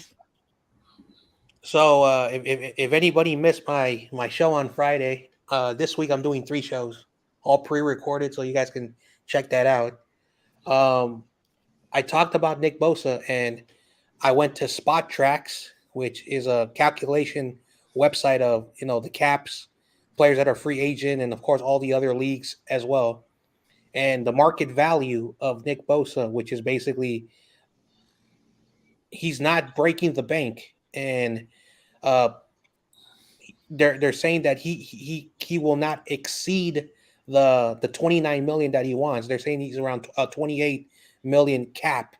So again, that's just a website that they just calculate, like the market value. They look at players at Nick Bosa's age. It's very detailed. So I look at it like this. It's going to be the guaranteed money, not the cap, because, of all the players that we've been signing for the last 4 seasons, one thing that the Niners have done, they never broke the bank. The only player they broke the bank and reset the market was George Kittle. So, but everybody else, it's always been right there. Trent Williams too. Yeah, just at the tip of breaking the bank or just below that. So I think Nick Bosa could get around 28 million, and he's been very smart about it. He hasn't been talking about it. He just said, my agent will do whatever. I will participate in any type of activities that I'm supposed to be in here. I'm going to keep my nose clean, not do nothing. And whatever he gets paid, he gets paid. So I don't think he's going to break the bank or reset the market. Okay. Ryan? I believe he's going to get, so today we were going to have Jason Hurley come on in the morning, but we've been trying to have him on a couple of weeks now, and sometimes schedules just, sometimes things happen. So he's going to come back on here soon, but we were going to have him come on. I was going to have him come on and talk a little bit about the Bosa stuff. We were talking a little bit about Bosa, I think last weekend or something like that.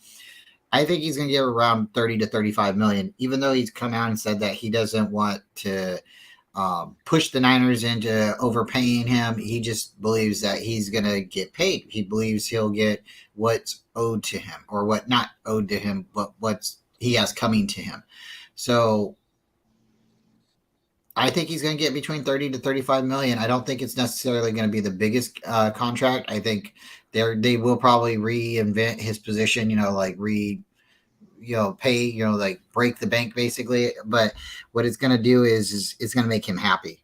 And I think they're going to pay him more than he expects. And I think that's going to make him happy. And I think he's going to be a Niner, the rest of his career. That's my thoughts. Okay, David McNiner? I think we're looking at like 28 to 30 million a season. Could exceed that, could not exceed that. I mean, this is all yet to be seen. But he's definitely going to be extended. And, he's the type of player that I would love to see him be a Niner for life. I don't want to see him in another uniform. Yep, me too. Steve-O? Well, John Jay took the answer out of my brain. So pretty much the same thing. I was right on the Jimmy G price. Everybody's like, oh, he's only going to get like 10 million. I was like, no. So I don't think he breaks the market. I think pretty much 26 to 28 million. And like John Jay said, it's more about the guaranteed money. And I think he's going to take a team-friendly deal, try and get his brother in town. Hopefully. Yeah. I like that. Cool. The Bosas. Okay. Nobody would be mad at that. Yeah. Jeff?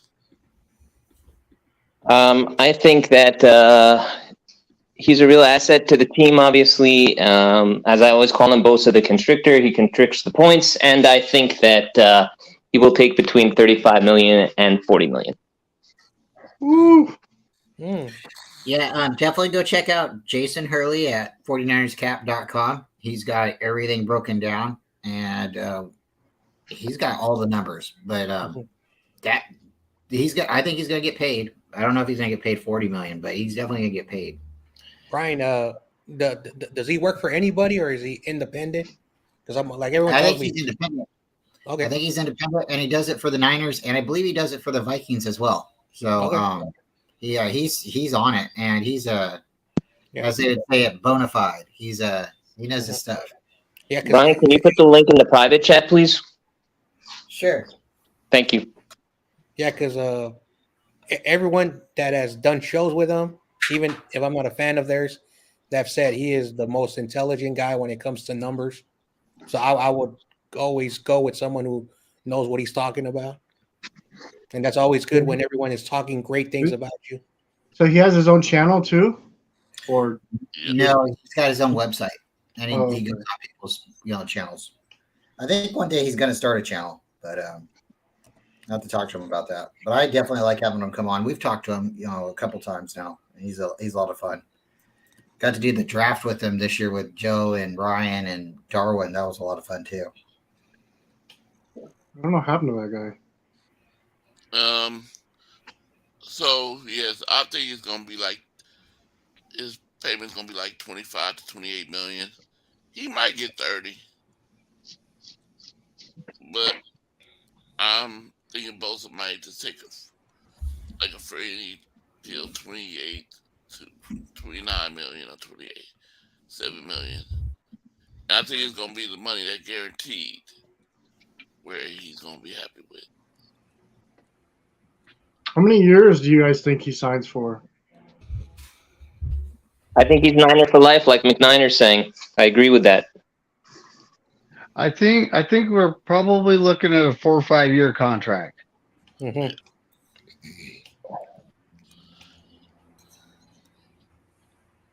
Because I'm curious.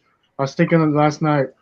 So you know how with the Deshaun Watson, like, is it just the guaranteed money that has to be in escrow, or is it the full contract that has to be in escrow? Because the whole team, when you look, we're paying what, 220 million is our cap space or whatever. So they have to have that in the bank, but do they have to have, you know what I mean, all the contracts under in escrow to pay these guys, or is it just the signing bonus? You know, I don't know. Should I ask I Hurley? really don't know. Yes, ask Hurley. Jason would know that question. He'd be able to really knock that one out of the park. He can break it down. Guy should be hired by the 49ers for sure.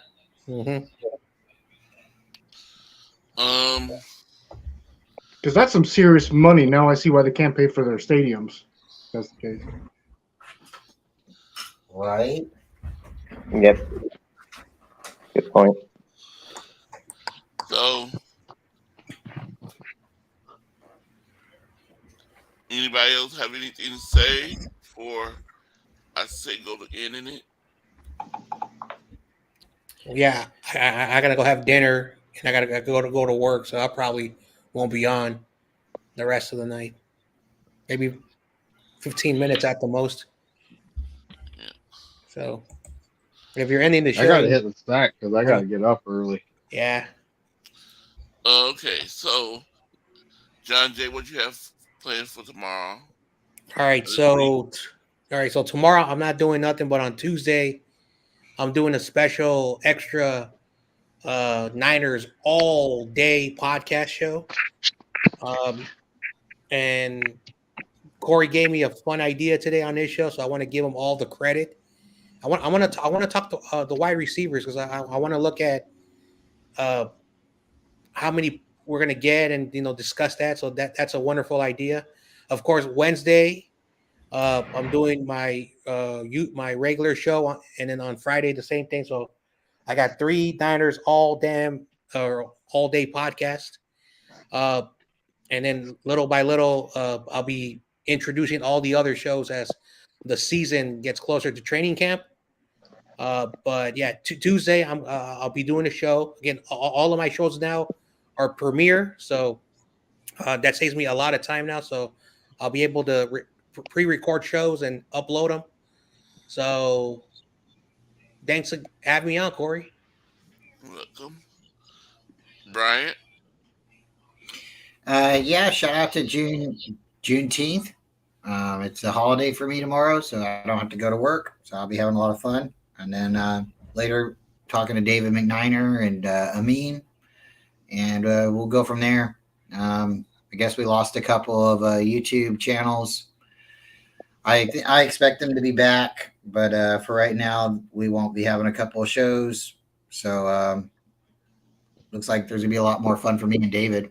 But hope you guys. Yep. We got a couple of different YouTube content creators that's channel panels have taken a hiatus for a little while. So I'll tell you more about that off the panel or something. But they'll be back. I'm confident they'll be back. So everybody, just keep your notifications on to everybody you're subscribed to, because got a lot of good content creators out there. Sometimes they just have to take breaks. But yeah, sounds like me and David might be able to start getting a different time or going a little bit longer with some of our guests, or we'll just keep it day by day. But that's what I got going on, Corey. Thank you. Okay. Zero, you have anything going on? I just had some running around to do tomorrow, but I forgot it's Juneteenth, so I don't know if I'm going to be able to do any of that. Well, if it's a federal holiday, isn't it? Or like, what's going to be open? Like, you guys know? So, I think everything's business as usual. But yeah, there is now a holiday on June 19th. So I don't know how seriously, because I still got to go to work. So, but I know there are other places that are not going to be open in the city. So I can tell you it's not a federal holiday because I work where I work. I'd have to take it off. But it's like, well, like my former job, that they used to take every holiday in the sun. You know, Groundhog Day. If it was National Donut Day, they'd take that off. If it was, you know, but then I changed to this job, which, you know, was a serious increase in pay. But these guys, unless it's a federal holiday where, like, you know, the U.S. post office is closed and, you know, banks and stuff, we're working. So. Yeah, I think it might be. I'm gonna because that's the reason. That's weird. White has to work. I know on Juneteenth, usually over here in Richmond, it only goes for 2 days. Like, so anything that's on McDonald, any business that's on McDonald, is closed because they have a parade. They close the street down. Oh, it's a state holiday then. Well, the only state is like serious is Texas, because for those who study history, that's when that was the first state to acknowledge the freedoms of human beings, and they've been doing it for a long time. It's just out that every state wants to start copying it. So I think in 5 years it'll be like federally, but they're gradually moving it out. That's like, I don't want to get too like off topic from football, but that's basically the background of the holiday. It's not every state. It is a federal holiday, but it's for 28 states. So currently, right now, 28 states legally recognize June 19th as a public holiday. Yeah. Overtime, slowly. I was getting that confused. I thought it was January 6th was what June 19th was for some reason. I think that should be a holiday too. Mm-hmm. Yep. So my plans is, you know, Wednesday I'll be doing New York's trivia.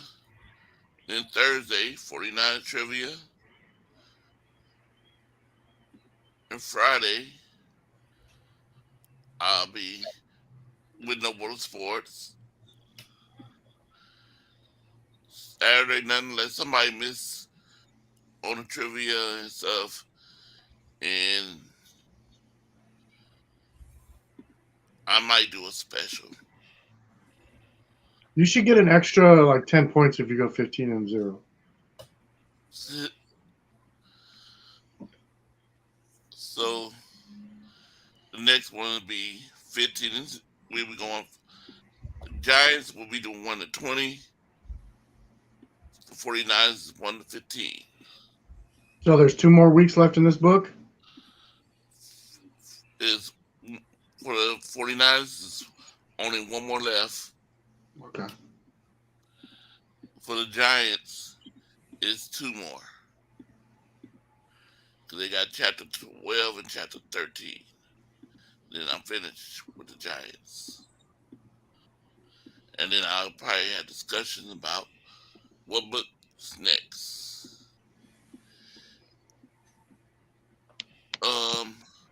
So right now, David McNiner, he's in the lead.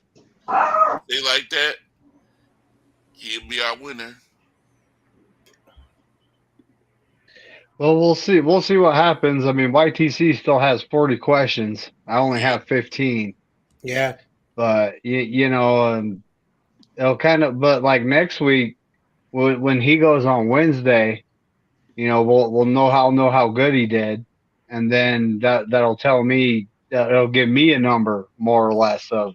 Yep. You know how many I have to get right, but that, you know, either way, I'm going to answer how I answer. So what happens, right? Yeah. Yeah.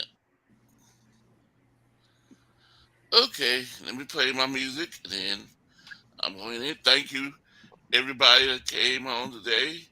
Make sure you. Corey, can I tell you what's going on for me this week? I didn't get to answer. Oh, I'm sorry. Go ahead. I'm sorry. What's it called? First of all, I say this in my Dave Chappelle voice. This country is racist because they don't have anything for Juneteenth, which I think is disgusting. Especially as a person whose great uncle fought in the Civil War all the way back for the side of the black people. So I really think it's disgusting that there's no holiday. They don't acknowledge it. They don't even acknowledge black people in this country. So it's kind of sad, honestly. But besides that, I'm looking forward to doing what's it called? Doing the show for the memorial of my grandfather and my uncle who died of 3 different cancers, who were big Giants fans, and I'm looking forward to facing off against YTC again on that in their honor. And also, I'm going to continue watching the Stan Lee movie. It's phenomenal. I highly recommend everybody see this movie. It is a really, really good movie. It's just known as Stan Lee. As you know, he created, the comics for Captain America back in the Nazi times, and Spider-Man, and so many more. There's so many to list, but phenomenal movie. The history is on target, and I'll probably write a rap about it eventually, but phenomenal movie. I highly recommend it. Stan Lee. I'm going to continue that. I'm looking forward to all your shows, Corey, and all your shows, McNiner, and all your shows, Bryant. And again, happy Father's Day to you, McNiner, and happy Father's Day to you, Bryant. I hope that everything went well and you enjoyed. Again, that's an awesome Jake Moody jersey, and I hope one day that you could do the commercial for Moody Juice wearing that jersey. That would really be something else. That'd be funny. Thank you, Jeff. Yeah, you're welcome. So I'm looking forward to everything and what everyone has to share, and thank you for having me on, Corey, and happy Juneteenth to you, Corey, and everyone else.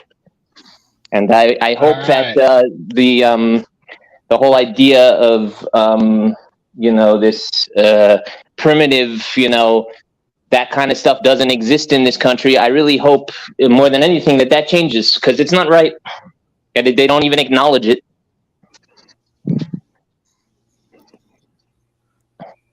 All right. Okay. Go Niners and fuck the Lambs. Yep, go Silence Niners. the Lambs, indeed. Good night, everybody. Good night, John Jay. Okay, everybody, thank you. Tony for being in the chat. Thank you. Bebop, thank you. CG, thank you. Beto. Beto. Thank you, everybody that supported, and I hope everybody hit that like button. And Damon Lee,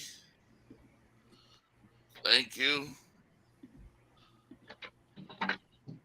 Steve-O, Lil Spongy, No Border Sports. Bebopper phony.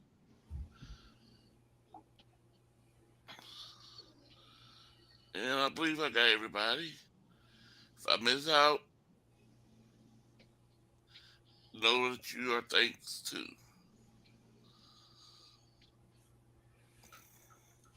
And thank you, my panel, for all y'all support. Let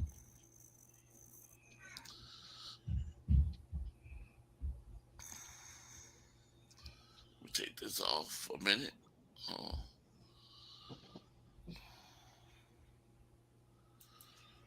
And let me play my music there in it. Okay.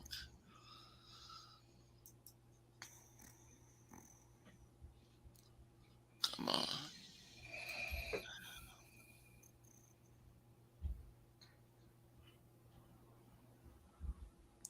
Come on. I said go up there.